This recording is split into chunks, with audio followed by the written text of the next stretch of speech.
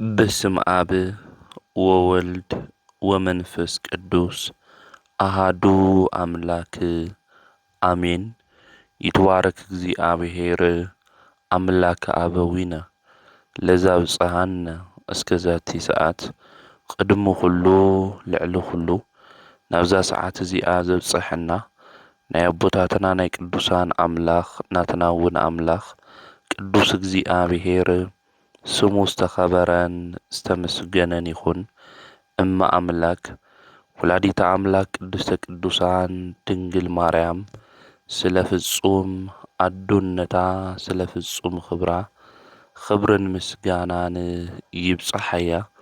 ከምኡውን ቅዱሳን ኣቦታትና ቅዱሳን ኣዴታትና ብዝተውሃቦም ክብሪ መጠን ኩሉ ምስጋና ይብፅሓዮም። ኣብ ዝተፈላለየ ዓለም ኮይንኩም እዚ መንፈሳዊ ሚድያ እዚ እትከታተሉ ስድራ እግዚኣብሄር ኣብ መስቀል ተሰቂሉ ፍጹም ዝኾነ ሰላሙ ብዝሃበና ብኢየሱስ ክርስቶስ ፍጹም ሰላም ከመይ ትጸንሑ ከመይ ትኾኑ ሰላም እግዚኣብሄር ምስ ኩላትኩም ይኹን። እንኳዕ ንሰማዕቱ ቅዱስ ቂርቆስ ወቅድስት ኢዮሉጣ ወርሓዊ በዓልን ከምኡውን ብለማዓንቲ ሰነ 15 ዓመታዊ ክብረ በዓሉ ዝኾነ ቅዱስ ሚናስ ዓመታዊ ክብረ በዓል ብሰላም ኣብጽሑኩም ኣብጽሐና። ብኦርቶዶክሳዊት ተዋህዶ ቤተ ክርስቲያን ዕለት 15 ሰማዕቱ ቅዱስ ቂርቆስ ወርሓዊ በዓሉ መዘከርታ በዓሉ ንገብር ኢና። ከምኡውን ብለማዓንቲ ሰነ 15 ዓመታዊ ክብረ በዓሎም ዝኾነ ቅዱሳን መንፈሳዊ ተጋድሎኦም ከምኡውን መንፈሳዊ ህይወቶም እንታይ ከም ዝመስል ካብቲ መንፈሳዊ ናይ ገድሊ ህይወቶም ድማ ንዓና ዘምህሩና እንታይ እዩ ዝብል ክንምልከት ኢና። ብዚ መንገዲ ዝውን ቤተ ክርስቲያን መዘከርታ በዓሎም ክንገብር ተምህረና እያ ትነግረና እያ። ሎሚ ኣብ ቅዳሴና ጊዜ ዝንበቡ ምንባባት እኒአው እዮም። እሱ እውን ነስምዐኩም ኢና። ሎሚ ኣብ ቅዳሴ ሰነ 15 ዝንበብ ናይ ቅዳሴ ምስባኽ መዝሙረ ዳዊት መዝሙር 89 ቁጽሪ 19 ዘሎ ናይ እግዚኣብሄር ቃል እዩ። ከምዚ ድማ ይብል በቲ ዘመን እቲ ንደቅኻ ብራእይ ተናገርካዮም ከምዚ እውን በልኻ ረድኤት ኣብ ልዕሊ ሓያላን በርኹ ነቲ ዝተመረጸ ካብ ህዝበይ ልዕል ልዕል ኣበልኽዎ እዩ ዝብል። እዚ እግዚኣብሄር ንዳዊት ዝሃቦ ተስፋ እዩ። እግዚኣብሄር ረድኤትን ሓይልን ኣብ ልዕሊ እቲ እስራኤል ክገዝእ ከም ልበይ ኢሉ ዝመረጾ ልበ ኣምላክ ዳዊት ከም ዘንበሮ ካብቲ ህዝቢ ድማ ልዕል ልዕል ከም ዘብሎ ኣምላኽና ቅዱስ እግዚኣብሄር ንልበ ኣምላክ ዳዊት ዝተናገሮ ናይ ተስፋ ቃል እዩ። ናይ ኣምላኽና ቅዱስ እግዚኣብሄር ረድኤቱ ምስ ኩላትና ንክኾን ምሕረቱ ድማ ኣብ ልዕሊና ንክኾን ናቱ ቅዱስ ፍቓድ ይኹነልና። ብና ባዓልና ጉልበት ብና ባዓልና ሓይሊ ኢልና እግዚኣብሄር ከይረድአና ዝኸድናዮም መንገድታት ኩሎም ኣድኺሞምና እምበር ክንዓቢ ወይ ከዓ ክንልወጥ ኣይከኣልናን። ነገር ግን ናይ እግዚኣብሄር ሓይሊ ምሳና ክኾን እንተሎ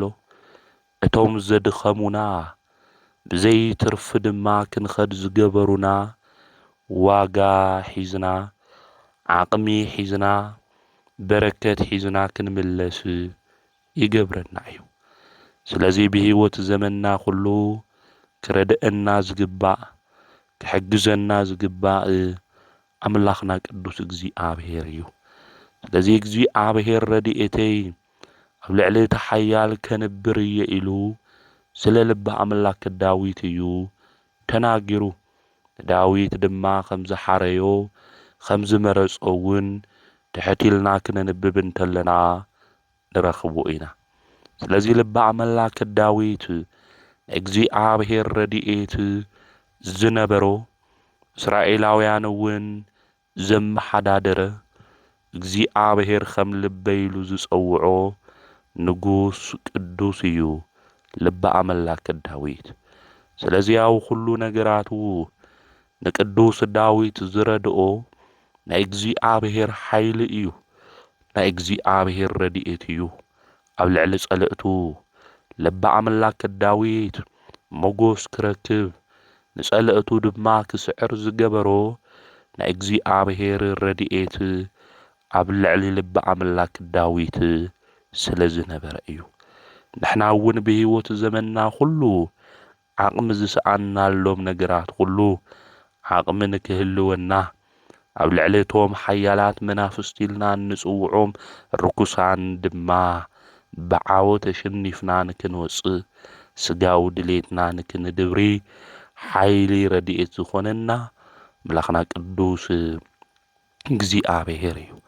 ስለዚ ናይ እግዚኣብሔር ረድኤት፣ ናይ እግዚኣብሔር ሓይሊ፣ ናይ እግዚኣብሔር ምሕረት ንኹልና የድልየና እዩ። ልቢ ኣምላክ ዳዊት እግዚኣብሔር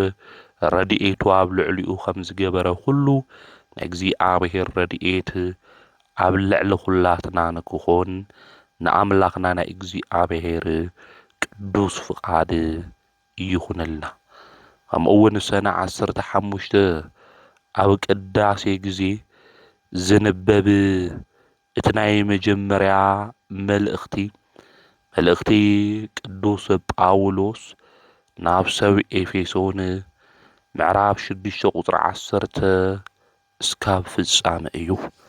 እቲ ናይ እግዚኣብሔር ቃል ድማ ከምዚ ይብል፣ ብዝተረፈ ኣሕዋተይ ብጐይታን ብጽንዓት ሓይሉን ጠንክሩ፣ ንተንኰል ሰይጣን ምክልኻል ምእንቲ ክትኽእሉ ኣጽዋር እግዚኣብሔር ብምሉኡ ልበሱ። ውግእና ምስ ኣሕልቁን ስልጣናትን ምስቶም ነቲ ዘመን ጸልማት ዘመሓዳድሩ ገዝእቲ ዓለምን ምስቶም ኣብ ሰማይ ዘለዉ ክፉኣት መናፍስትን እዩ እምበር ምስ ስጋን ደምን ኣይኮነን። ስለዚ ብታ ክፍእቲ መዓልቲ ምቁዋም ምእንቲ ክትኽእሉ ኩሉ ስዒርኹም ድማ ደው ክትለብሱ ምሉእ ኣጽዋር እግዚኣብሔር ኣልዕሉ። እምበኣር ሕቑኹም ብሓቂ ተዓጢቕኹም ድርዒ ጽድቂ እውን ተኸዲንኩም ቁሙ። ነቲ ናይ ሰላም ወንጌል ብምድላው ኣብ ኣእጋርኩም ኸማሳእን ብምእታው ተዳልዩኹም ቁሙ። ምስ እዚ ኩሉ ከዓ ነቲ ናይቲ ክፉእ ሃልሃል ዝብል ኩሉ ፍላጻታት ክተጥፍእሉ እትኽእሉ ዋልታ እምነት ኣልዕሉ። ናይ ምድሓን ቁራዕ ርእሲ ድፍኡ፣ ናይ መንፈስ ሰይፊ ድማ ሓዙ፣ ንሱ እውን ቃለ እግዚኣብሔር እዩ። ብኩሉ ጸሎትን ብልመናን ኩሉ ሻዕ ብመንፈስ ጸልዩ። እዚ እውን ስለ ኩሎም ቅዱሳን ብጸሎት ትጉ። ምእንታይ እውን ክዛረብ እንተለኹ ነቲ ምስጢር ወንጌል ብትብዓት ምእንቲ ክናገር ቃል ክወሃበኒ ጸልዩ። ምእንቲ ወንጌል እሱር ዝኾንኹ ልኡኽ እየ እሞ ምእንትኡ ከምቲ ዝግብአኒ ብትብዓት ምእንቲ ክዛረብ ጸልዩለይ። ሕዚ ከዓ ከመይ ከም ዘለኹን እንታይ ከም ዝገብር ምእንቲ ክትፈልጡ እቲ ፍቁር ሓወይን ብጐይታ ከዓ እሙን ኣገልጋሊ ዝኾነ ቴኪቆስ ኩሉ ክነግረኩም እዩ። ናባኻትኩም ዝሰደድኽዎ እውን ብዛዕባና ኩሉ ፈሊጥኩም ልቦናኹም ምእንቲ ክጽናዕናዕ ኢለ እየ። ሰላምን ፍቕርን ምስ እምነት ካብ እግዚኣብሔር ኣቦና ካብ ጐይታና ኢየሱስ ክርስቶስ ነቶም ኣሕዋትና ይኹን። ነቶም ንጐይታና ኢየሱስ ክርስቶስ ብዘይቋረጽ ፍቕሪ ዘፍቅርዎ ኩሎም ጸጋ ይኹነሎም። ስለ ቃሉ ንኣምላኽና ንእግዚኣብሔር ስሙ ዝተኸበረን ዝተመስገነን ይኹን። ቅዱስ ጳውሎስ ብርሃናት ዓለም ኣብዚ ኣብ ኤፌሶን መልእኽቱ ምዕራፍ 6 ካብ ቁጥሪ 10 ጀሚርና ዘንበብናዮ ዝነግረና ዘሎ ስለ መንፈሳዊ ውግእ እዩ። ኣብዚ ዓለም እዚ ክንነብር እንተለና መንፈሳዊ ውግእ ከም ዘለና እዚ መንፈሳዊ ውግእ እዚ ድማ ምስቶም ገዝእቲ ጸልማት ዝኾኑ መናፍስቲ ምዃኑ እዚኦም ድማ ልክነሸንፎም ብኣምላኽና ቅዱስ እግዚኣብሔር ረድኤትን ሓይልን ምዃኑ እዩ ዝነግረና። ስለዚ ብጎይታና ብጽንዓት ሓይሉ ጠንክሩ እናበለ እዩ ዝነግረና። ብጎይታናን መድኃኒትናን ኢየሱስ ክርስቶስ ሓይሊ ብዝህበኒ ብክርስቶስ ኩሉ ክኽእሎ እየ ከም ዝበለ ሓይሊ ዝህብ ዝዕድል ንኹሉ ድማ ክነሸንፍ ዝገብረና እግዚአብሔር እዩ። ስለዚ ክንጥንክር እንኽእል ብኡ ምዃኑ ምርዳእ የድሊ እዩ። ስለዚ ንተንኰል ሰይጣን ምእንቲ ክንከላኸል ኣጽዋር እግዚአብሔር ብምሉእ ልበሱ እናበለ እዩ ዝነግረና። እዚ ኣጽዋር እግዚአብሔር ጾምን ጸሎትን ምጽዋትን ስግደትን እምነትኻ ድማ ጠንኪርኻ ኣብ ልዕሊ እግዚአብሔር ዘለና ነገር ኩሉ እምነትና ምስኡ ክኾን ከም ዝግባእ ክንፈልጥ ክንርዳእ ይግብአና። ስለዚ ውግእና ምስ ሕሉቕ ስልጣናት እዩ። ናይዚ ዘመን እዚ ጸልማት ዘመሓዳድሩ ገዝእቲ ዓለም ዝኾኑ እዩ። ምስ መናፍስቲ እዩ እናበለ እዩ ዝነግረና። ውግእና ምስ ስጋን ደምን ከም ዘይኮነ ናይዚ ዓለም ዝገዛእቲ ዝኾኑ መናፍስቲ ምዃኑ እዩ ዝነግረና። ስለዚ ምስኦም መንፈሳዊ ውግእ እኒአና እዩ። ስለዚ ምእንቲ ምስኦም ክንዋጋእ እንተለና ናይ ምክልኻል ዓቕሚ ምእንቲ ክህልወና ክንቃወሞም ምእንቲ ስዒርና ድማ ክንወፅእ ምእንቲ ኣጽዋር እግዚአብሔር ክንለብስ ከም ዝግብአና ይነግረና ይርድአና። ስለዚ ሕቑኹም ተዓጠቑ ድርዒ ጽድቂ እውን ተኸዲንኹም ጠጠው በሉ እናበለ ይነግረና። ነቲ ናይ ሰላም ወንጌል ክንሰብኽ ምእንቲ ድማ ኣእጋርና ጠጠው ምእንቲ ክብል ዓሳእና ክንለብስ ክንገብር ከም ዝግብአና ይነግረና። ስለዚ እግርና ብፍቕሪ መንገዲ ክመላለስ ብናይ ጽድቂ ጎደና ክኸድ ዕጥቂ መንፈሳዊና ድማ ክንለብስ ይግብአና። ወገናተይ ሎሙ ሰይጣን ከም ዝደለዮ ይመርሐና። ብስምዒትና መንገዲ ድማ ንጓዓዝ ኢና። ንሕና ብለይ ንደልዮ ነገራት ሁሉ ክንጓዓዝ እንተለና ንምልከት ኢና። መብዛሕቴና እንዲያም ኣነ እኮ እዚ ነገር እዚ ክገብሮ ይደለኹ ነገር ግን ዘይደልዮ ነገር እየ ዝሰርሕ ኣለኹ ኢልና ውሽጥና ክጽጸት እንተሎ ከምኡ እውን ንሰባት ክንናገር እንተለና ንስማዕ ኢና ማለት እዩ። ነገር ግን ኣጽዋር መንፈሳዊ ዝኾነ ክዳንና ስለዘይለበስና እዩ ከም ድሌቱ ዝገንሐና ዘሎ ዲያብሎስ። ከም ስምዒትና ከም ድሌት ስጋና ንኸድ ዘለና መንፈሳዊ ዝኾነ ኣጽዋርና ስለዘይተኸደና መንፈሳዊ ዝኾነ ኣጽዋርና ድማ ክነልዕል ከም ዝግብአና ውግእና እውን እቶም ሰብ ስልጣናት ሕሉቕ ዝኾኑ ናይዚ ዓለም ዝገዝእቲ ዝኾኑ መንፈስ ርኩሳን ምዃኖም ምፍላጥ ምርዳእ የድሊ እዩ። ስለዚ ድርዒ ጽድቂ ክንኽደን ይግብአና። ናይ ሰላም ወንጌል ክንሰብኽ እንተለና ድማ ፈተና ከም ዘለዎ ክርስቶስ ተናጊሩ እዩ። ነዚ ፈተና እዚ ብዓወት ምእንቲ ክነሽንፍ እትና ወንጌል ቃል ኣብ ልቦናና ኮይኑ ብናይ ጽድቂ መንገዲ ድማ ነቶም ርኩሳን መናፍስቲ ተሸኒፍና ምእንቲ ክንኸድ ናይ ጽድቂ መንገድና እቲ ናቶም ክፉእ ሃልሃል ዝብል ፈለጻታት ምእንቲ ክነጥፍእ ዋልታ እምነት ኣልዕሉ እናበለ እዩ ዝነግረና። ስለዚ እቲ ኣጽዋር እግዚአብሔር እንታይ ምዃኑ ብኻልእ ቅዱስ ጳውሎስ ክነግረና እንተሎ መንፈሳዊ ሰይፍ ሓዙ እዩ ዝብል እዚ መንፈሳዊ ሰይፍ እዚ ድማ ቃል እግዚአብሔር እዩ ዝብል ስለዚ ብኩሉ ጎዳናትና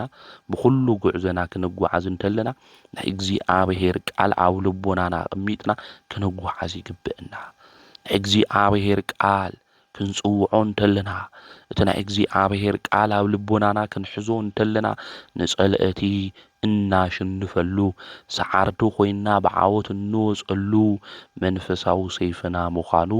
ክንፈልጥ ክንርዳእ ይግብአና ሰይጣን ብዙሕ ዓይነት ፈተናታት ከምጽእ ይኽእል እዩ ርኩሳን መናፍስት ብዙሕ ፈተና ከምጽኡልና ይኽእሉ እዮም ብናይ እግዚአብሔር ቃል ግን ከነሽንፎም ይግብአና እቲ ዘምጽኡልና ነገራት ሁሉ መጽሓፍ እኮ ከምዚ እዩ ዝብል ናይ እግዚአብሔር ቃል እኮ ከምዚ እዩ ዝብል እናበልና ከም ቅዱሳን ኣቦታትና ኣዴታትና ንሰይጣን ክንስዕሮ ክነሽንፎ እዩ ዝግብአና ቅዱሳን ኣቦታትና ፈተና ክመጾም እንተሎ ቅዱሳን ኣዴታትና ፈተና ክመጾም እንተሎ ናይ እግዚአብሔር ቃል እኮ ከምዚ እዩ ዝብል እዚ ነገር ዝመሪጸ ብምኻደይ እንታይ እዩ ዝውቕሰኒ እንታይ ዕዳ ዝኾነኒ እናበሉ እቲ ናይ እግዚአብሔር ቃል እናጠቐሱ ሓቂ ዝኾነ ናይ እግዚአብሔር ቃል እናጠቐሱ ሓሶት ምኽሪ ዝኾነ ና ዲያብሎስ ዘፍርስዎ ዝስዕርዎ ዝነበሩ ብቃል እግዚአብሔር እዩ ስለዚ ብህይወት ዘመንና ሁሉ ናይ እግዚአብሔር ቃል ሒዝና ነጓዓዝ እንድሕር ኮይና ናይ እግዚአብሔር ቃል ድማ ብህይወትና ንትርጉሞ እንድሕር ኮይና እቲ ናይ እግዚአብሔር ቃል ድማ ንመላለሰሉ እንድሕር ኮይና እቶም ገዘእቲ ጸልማት ካባና ተወጊዶም ብብርሃን መንገዲ ኢና እንመላለስ ስለዚ ናይ እግዚአብሔር ቃል ኣብ ልብና ሓቲምና ብህይወት ዘመንና ድማ እናመስከርና ብቲ ናይ እግዚአብሔር ቃል መንገዲ ክንጓዓዝ እዩ ዝግብአና ማለት ስለዚ ዞም መናፍስት እዚኦም ክነሽንፎም እንኽእል ብምንታይ እዩ ተተባሂሉ ብእግዚአብሔር ቃል እዩ ማለት ስለዚ ተስፋ ከቁርጹና ክብሉ እንተለው ከጭንቁና ክብሉ እንተለው ኣይትጨነቁ ኢልና እዩ ክርስቶስ ዕዋብ ሰማይ ተመልከቱ ኢልና እዩ ካብኦም ድማ ትበልጹ ኢኹም ኢልና እዩ ስለዚ ንኣምላኽና ንሱ ኢየሱስ ክርስቶስ ብተስፋ ንጽበዮ ከይተጨነቕና ተስፋ ከቁርጹና ክብሉ እንተለው ተስፋና እግዚአብሔር እዩ ተስፉ ኣብ ልዕሊ እግዚአብሔር ዝገበረ ድማ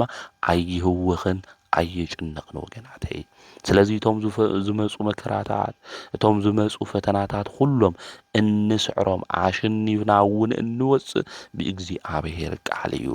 እዚ ናይ እግዚአብሔር ቃል ሕያውን ዘለዓለማውን ዝሰርሕ ናይ እግዚአብሔር ቃል እዩ ስለዚ ኣብ ልቦናና ነቕምጦ ቅዱስ ወንጌል ንፍለጥ ወገናተይ ናይ እግዚአብሔር ቃል ክንርዳእ ይግብአና ናይ እግዚአብሔር ናይ ምድሓን መንገዲ ዝናገሩ ቅዱሳን መጻሕፍቲ ምንባብ ልምድና ክንገብር ይግብአና እንህወኽ እንጭነቕ ናብ ፈተና ድማ እንኣትው ዘይንደልዮም ነገራት ሁሉ ብስምዒት እንሰርሕ ሰይጣን ከም ድሌቱ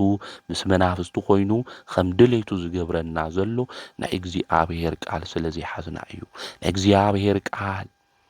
ሰሚዕና ተረዲእና ብልብና እንድሕር ዘይሓዝና ብእምነት ክንጥንክር ንኽእል ብእምነት እንድሕር ዘይጠንከርና ድማ ጠጠው ክንብል ንኽእል ኣእጋርና እውን ብጽድቂ መንገዲ ጠጠው ክብላ ይኽእል ክሰነኻኸል እዩ ዝኽእል ስለዚ ተሰነኻኺልና ድማ ንወድቕ ናዮም ድማ ባርያ ተገዝእቲ ኮይና ነብር ማለት ናዞም መናፍስቲ እዚኦም ባርያ ኮይና እንደሻዕ ነርና ንኾን ወገናተይ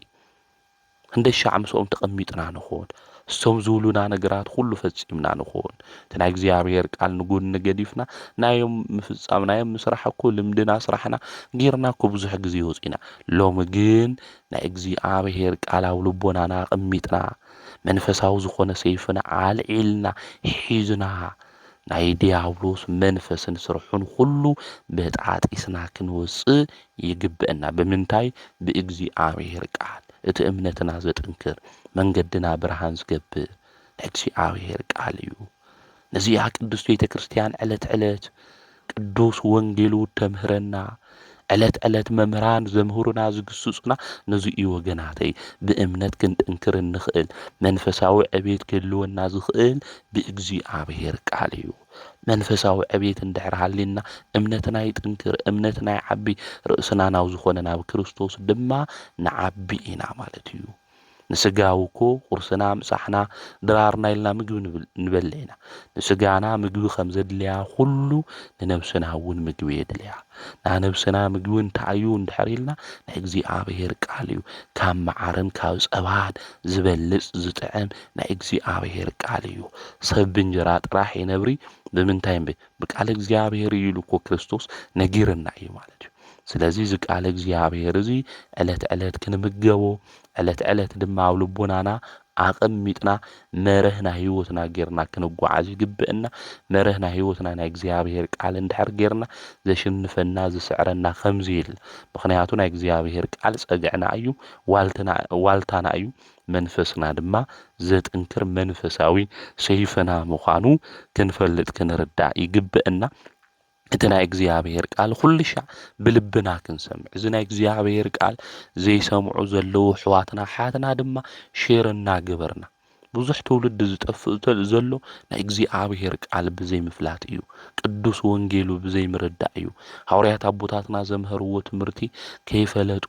ብምጓዓዞም እዩ ስለዚ እዚ ትውልድ እዚ ምእንቲ ክድሕን ካብታ ሃልሃል ዝብል ሓውን ክወፅእ ዲያብሎስ ዝድብርየሉ ዘሎ ፍለጻታት ድማ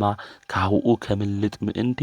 ዝህያው ናይ እግዚአብሔር ቃል ናይ ዘለዓለም ህይወት ዝኾነ መድኃኒት ንሱ ኢየሱስ ክርስቶስ ንክፈልጡ መንገድን ህይወትን ዝዕርፍ ድማ ጐይታና መድኃኒትና ኢየሱስ ክርስቶስ ምዃኑ ተረዲኦም ልቦንኦም ምእንቲ ክዕርፍ ካብታ ሓዊ ምእንቲ ከምልጡ ናይ እግዚአብሔር ቃል ንክሰምዑ ሼር እናገበርና ኣብ ዩቲዩብ ዝመሓላለፍ ትምህርቲ ሁሉ ሼር እናገበርና ላይክ እናገበርና ምክንያቱ ንሕና ላይክ ለይገበርና ዲስላይክ ዝገብሩ ሰባት እንየው ኣብ ትምህርትታት ንሶም ዲስላይክ ነገበሩ ብልኾዱ ቁጽሪ ዩቲዩብ ታይል ገብር ማለት እዩ ትምህርቲ ናብ ሁሉ ንከይበጽሕ ይገብሩ ድሓር ድማ እንታይ ገብሩ ይእግዶ ማለት እዩ ስለዚህ ብዙሓት መንፈሳዊ ዝኾኑ ቻናላት ከዚ ክዕጽው ተለው ንመልከት ኢና ማለት ናይና ስንፍና እዩ ማለት ናይ እግዚአብሔር ቃል ላይክን ገብሪ ሼርን ገብሪ ኮሜንትን ጽሕፊ ማለት ስለዚህ ዝከኣለና ነገር ክንገብር ይግባእ ዕለት ዕለት ምግቢ ምእንቲ ናብ ኩልና ንክመጽእ ናብ ካልኦት እውን ምእንቲ በጽሑ እቲ ናይ እግዚአብሔር ቃል ሰሚዖም ናብ ልቦንኦም ምእንቲ ክምለሱ ብዙሓት ካብ ጸልማት መንገዲ ዝወጹ ናይ እግዚአብሔር ቃል ሰሚዖም ኣቦታትና ቅዱሳን ለቅዱስ ጴጥሮስ በሓደ መዓልቲ ሰውኽዎ ዘምህርዎ ናይ እግዚአብሔር ቃል እዚ ናይ እግዚአብሔር ቃል ድማ ሕያውን ዘለዓለማውን ዝሰርሕን እዩ ማለት ተማሃሊ ዝነበረ ሎሙ ዘሎ ዝቕጽል ድማ ዝነብር እዩ ናይ እግዚአብሔር ቃል ማለት ስለዚህ እዚ መንፈሳዊ ሰይፍ እዚ ሁሉ ምእንቲ ክፈልጡ በመንፈሳዊ ልምምድ ምእንቲ ክኸድ ሰብ መጀመርያ ክሰምዕ ይግባእ ሰሚዑ ድማ አሚኑ ክጓሓዝ ይግባእ ሰሚዑ አሚኑ ምእንቲ ክኸድ እዚ መንፈሳዊ ትምህርቲ እዚ ናብ ሁሉ ንክበጽሕ ሼር ግበርዎ ሳብስክራይብ ብምግባር እውን ቤተሰብ ሁኑ መንፈሳዊ ቻናላትና ክንዕቢ ይግባእ ብዙሕ ዘምህሩ ኣቦታት ሕዋት እንየው ዝሰምዖም ስለለየለ ግን ተስፋ ቆሪጾም ዝገደፍዎ ብዙሓት እንየው እሞ መንፈሳዊ ገዛና ንዕበና እቲ ናይ እግዚአብሔር ቃል ድማ እናተመገብና ክንጓዓዝ እዩ ዝግብአና ከምኡውን ቅዱስ ጳውሎስ ብኩሉ ጸሎትን ልመና ኩሉ ሻዕ ብመንፈስ ጸልዩ ይዝብል ስለዚህ ክንጽልይ ክንልምን ከም ዝግባእ ብመንፈስ ጸልዩ ብሓቂ ጸልዩ ልቦናኹም ብዝተሰበረ መንፈስ ጸልዩ እናበለ ይነግረና እዩ ማለት ስለዚህ ስለ ኩሎም ቅዱሳን ምእንታይ እውን ክዛረብ እንተለኹ ነቲ ምስጢር ወንጌል ብትብዓት ምእንቲ ክናገር ቃል ክወሃበኒ ጸልዩ ይዝብል ስለዚህ ንዓና እውን ጸልዩልና እዚ ናይ እግዚአብሔር ቃል ናይ ወንጌል ቃል ምእንቲ ብሓቂ ክንናገር ናብ ባዕልና ድሌትን ሓሳብን ኣምጺና ምእንቲ ከይንነግረኩም እቲ ናይ እግዚአብሔር ቃል ወንጌል ምስጢር ምእንቲ ክንነግረኩም ቃል ድማ ምእንቲ ክወሃበና ክትጸልዩልና ይግባእ ማለት እዩ ከምኡውን ቅዱስ ጳውሎስ ምእንቲ ወንጌል እሱር እየ ኣነ ምእንቲ ወንጌል ዝተኣሰርኹ እየ እግዚአብሔር ቃል ድማ ክናገር ዝግብአኒ ተልእኾይ ዝፍጽም ዘለኹ እየ ስለዚህ ከም ዝግብአኒ ኮይነ ምእንቲ ከግልግል ብትብዓት ምእንቲ ክዛረብ ጸልዩ ለይ እዩ ዝብል ስለዚህ ስለና ንዓና ክትጽልዩ ይግብአኩም ከምዚ ኢልና ከም ዘምህርና ሁሉ ብትቃሉ ነተጓዓዝና ብትቃሉ መንገዲ ንክንኸድ ጠጠው ዝበለ ሁሉ ከይወድቕ ይጠንቀቕ እዩ ዝብል ቅዱስ መጽሓፍ ማለት እዩ ስለዚህ ንሕና እውን ምእንቲ ክንብርትዕ ዝበለፀ ኣገልግሎት እውን ምእንቲ ክነግልግል ክትጽልዩልና ይግባእ። ንዓይ እውን ኣብ ጸሎትኩም ወልደ ገብርኤል እናበልኩም ዘክሩኒ ማለት እዩ። ሕዚ ከዓ ኢሉ ቅዱስ ጳውሎስ አውዚ ናብ መወዳእታ ሰላምታ ክገብር እንተሎ ንምልከት ኢና። ቴኪቆስ ዝበሃል አገልጋሊ ሓወይ ብጎይታ ድማ እሙን ዝኾነ አገልጋሊ ስለናትና ነገር ክነግረኩም እዩ። ሐዋርያዊ አገልግሎትና እንታይ ከም ዝመስል መርከብና ክስበር እንተሎ ጠንቂ ርብዒት ክነኽሰና እንተሎ ኣብ እስር ቤት ክንኣትው እንተለና እቲ መንፈሳዊ አገልግሎትና እንታይ ከም ዝመስል ክነግረኩም እዩ። እቲ ናይ ወንጌል ቃል ከመይ ኢልና ነግልግል ኣለና ምዃንና ናይቲ ናይ እግዚኣብሔር ወንጌል እሱር ምዃነይ ከመይ ምዃኑ ታገልግሎትና ኩሉ ንሱ ክነግረኩም እዩ። ምስ ነገረኩም ምስ ፈለጥኩም ድማ ብዛዕባና ልቦናኹም እንታይ ክኾኑ ክጽንዓና ዓዩ እናበለ እዩ ቅዱስ ጳውሎስ አውዚ ዝናገር ዘሎ። ሰላምን ፍቅርን እምነትን ካብ እግዚኣብሔር አቦና ካብ ጌታና ኢየሱስ ክርስቶስ ነቶም ሕዋትና ይኹን እዩ ዝብል። ስለዚ ሰላም ፍቅሪ እምነት ካብ እግዚኣብሔር አቦና ካብ ጌታና ኢየሱስ ክርስቶስ ምስ ኩላትና ይኹን። ናቱ ሰላም ናቱ ፍቅሪ ምስ ኩላትና ይኹን። እምነት እውን ንክውስኸና ዘይጠራጠር ልቢ ድማ ንክዕድለልና ንኣምላኽና ናይ እግዚኣብሔር ቅዱስ ፍቃድ ይኹነልና። ስለዚ ጸጋ እግዚኣብሔር ኣብ ልዕሊኹም ይኹን እናበለ እዩ አውዚ ቅዱስ ጳውሎስ ንኩሎም ዝምርቆም ዘሎሞ። ጸጋ እግዚአብሔር ረድኤት እግዚአብሔር ምስ ኩልና ህዝበ ክርስቲያን ንክኾን ናብ ጐይታና መድኃኒትና ኢየሱስ ክርስቶስ ቅዱስ ፍቃድ ይኹነልና። ከምኡ እውን ብለማዓንቲ ሰነ 15 ኣብ ቅዳሴና ጊዜ ዝንበብ ምንባብ ማለት እዩ ናይ ሐዋርያው ቅዱስ ዮሐንስ ቀዳማይ መልእኽቲ ምዕራፍ 4 ቁጽሪ 16 እስካብ ፍጻመ ዘሎ እዩ። ከምዚ ድማ ይብል ንሕና እውን ነታ እግዚኣብሔር አባና ዘለቶ ፍቅሪ ፈሊጥናያን አሚንናያን ኣለና። እግዚአብሔር ፍቅሪ እዩ። እቲ ኣብ ፍቅሪ ዝነብር ከዓ ኣብ እግዚአብሔር ይነብር፣ እግዚአብሔር እውን ኣብኡ ይነብር። ብመዓልቲ ፍርዲ ምእንቲ ትብዓት ክህልወና ብዚ እቲ ፍቅሪ አባና ተፈጸመት። ከምቲ ንሱ ዘለዋ ከምኡ እውን ንሕና ኣብዚ ዓለም እዚኣ ኢና ዘለና እሞ እታ ፍጽምቲ ፍቅሪ ንፍርሓት ኣውፂኣ ደኣ ትድብሪ እምበር ኣብ ፍቅሪስ ፍርሓት የለን። ፍርሓት ምስ መቕጻዕቲ ዝተተሓዘት ስለ ዝኾነት እዚ ዝፈርሕ ሰብ ፍቅሩ ፍጹም ኣይኮነን። እግዚአብሔር ኣቐዲሙ ስለ ዘፍቀረና ንሕና እውን ነፍቅሮ ኢና። ነቲ ዝረኣየ ሓው ዘይፍቅርስ ነቲ ዘይረኣዮ እግዚአብሔር ከፍቅር ኣይከኣሎን እዩ እሞ ንሓውን እናጸልአን እግዚአብሔር ኣፈቅር እየ ዝብል እንተሃልዩ ንሱ ሓሳዊ እዩ። እቲ ካብኡ ዝተቐበልናዮ ትእዛዝ እቲ ንእግዚአብሔር ዘፍቅር ንሓው ድማ የፍቅር ዝብል እዩ። ስለ ቃሉ ናይ እግዚአብሔር ስሙ ዝተኸበረን ዝተመስገነን ይኹን። አውዚ ወንጌላዊ ቅዱስ ዮሐንስ ኣብታ ቀዳማይ መልእኽቱ ዝነግረና ዘሎ ብፍላይ ድማ ምዕራፍ 4 ክነንብብ እንተለና ዝነግረና ስለ ፍቅሪ እዩ። ብህይወት ዘመንና ሁሉ ናይ ፍቅሪ ሰባት ክንኾን ከም ዝግብአና እዩ ዝነግረና። እዚ ወንጌላዊ ቅዱስ ዮሐንስ እውን ብህይወት ዘመኑ ሁሉ ንዝነበሩ ደቀ መዛሙርቱ ንንባዓልኹም ተፋቀሩ እናበለ ደጋጊሙ ዝግስጾም ዘምህሮም ዝነበረ ኣብ መወዳእታ ጊዜ ጐይታ መድኃኒት ኢየሱስ ክርስቶስ ክስቀል እንተሎ ምስኡ ዝነበረ ናይ ቁርጽ ጊዜ ድማ ፈታዊ እምቤትና ቅድስተ ቅዱሳን ድንግል ማርያም እውን ብሓደራ ዝተውሃበቶ ፍቅሮ እግዚእ ኢልና ንጽውዖ ወንጌላዊ እዩ ቅዱስ ዮሐንስ። ስለዚ ቅዱስ ዮሐንስ ፍቅሪ ዓብዪ ዋጋ ከም ዘለዎ እዩ ዝነግረና። ብርሃናት ዓለም ቅዱስ ጳውሎስ እውን ብፍቅሪ መንገዲ ክንጓዓዝ ከም ዝግብአና ይነግረና እዩ። ፍቅሪ ካብ ኩሉ ነገር ከም ዝበልጽ ካብ እምነት ካብ ተስፋ ከም ዝበልጽ ይነግረና። ምክንያቱ እግዚአብሔር ፍቅሪ እዩ ማለት እዩ። ስለዚ ብህይወት ዘመንና ሁሉ ናይ ፍቅሪ ሰባት እምበር ናይ ህውከት ሰባት ክንኾን ከም ዘይግብአና ክንፈልጥ ክንርዳእ ይግበን። ኣምላኽና ቅዱስ እግዚአብሔር ንዓና ኣፍቂርና እዩ ብሞት ዝተገለጸ ፍቅሪ ማለት እዩ። ንሕና ዝፍቀር ዝፍተው ነገር የነበረና እግዚአብሔር ንዓና ኣፍቂርና እዩ። ስለዚ ባዕሉ እግዚአብሔር ኣፍቂርና ካብ ሓጢኣት እውን ተበጅውና ኣድሒንና እዩ ሓደ ወዱ እውን ናብዚ ዓለም ዝመጽኡ ጎይታ መድኃኒት ኢየሱስ ክርስቶስ ኣድሒንና እዩ ስለዚ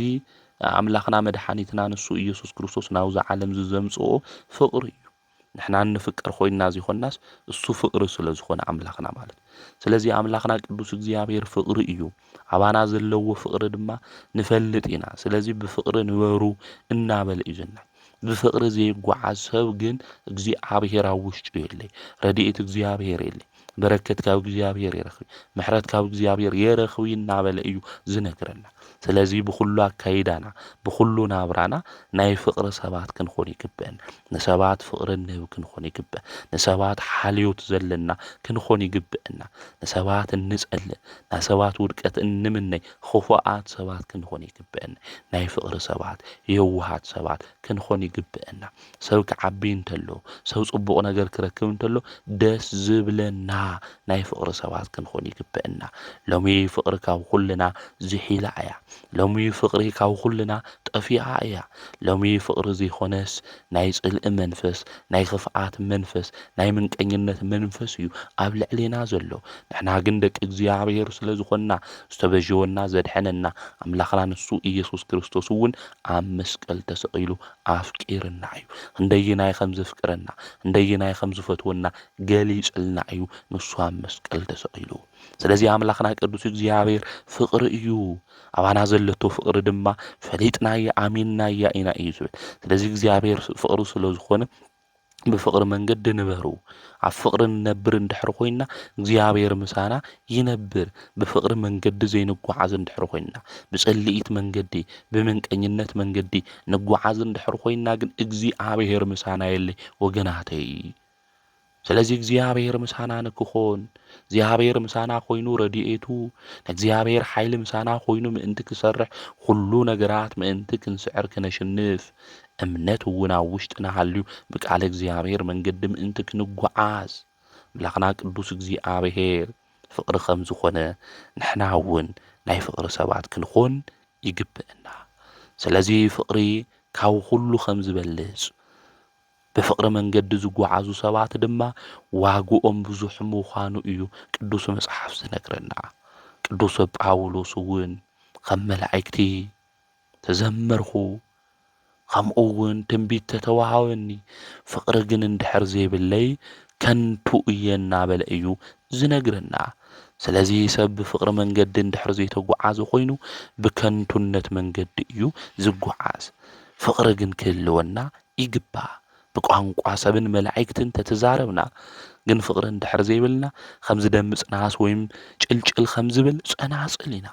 ووتو تنبيتي علونا كل مستراز انفلتقلو فلتقتون انتهالونا انباتات اسكاب زفلس ፍጹም እምነት እንታሃለወና ፍቅር እንድሕር ለይብልና ግን ከንቱ እዩ ሁሉ ገንዘብና ንድኻታት እንተመጽኦትና ተሃብና ሰውነትና ሓዊ ንምቅጻል ሕሊፍና እንድሕር ሂብና ፍቅር እንድሕር ለይብልና ግን ሓደ ነገር ይጠቕመና ስለዚህ እንታይ ክንገብር ይግባእ ፍቅር ክልወና ይግባእ ፍቅር ዘይብሉ ሰብ ወገናተይ ኣይርህርሂ ፍቅር ዘይብሉ ሰብ ዝግብኦ ነገር ኣይሰርሒ ፍቅር ዘይብሉ ሰብ ይበሳጨው ይቅየም እዩ በሐቅ መንገድ ይጓዓዚ በአመጻ መንገድ እዩ ክጓዓዝ ደስ ብሎ ለሁሉ ነገር አይጾሪ ለሁሉ ነገር አይአምኒ በሁሉውን ተስፋ ይገብሪ ለሁሉውን አይዕገሲ ማለት ስለዚህ ፍቅር ክልወና ይግባእ ዕጉሳት ምእንቲ ክንኾን ፍቅር ክልወና ይግባእ ምእንቲ ዓመጽ ከይንገብር ፍቅር ክልወና ይግባእ ምእንቲ ከይንበሳጨው ፍቅሪ ክልወና ይግባእ ወገናተይ ምእንቲ ከይንምካሕ ፍቅር ክልወና ይግባእ ምእንቲ ክንርህረ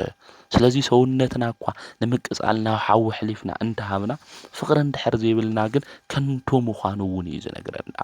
ስለዚህ ፍቅሪ በህይወት ዘመንና ሁሉ خم ጫማ ለቢስናያ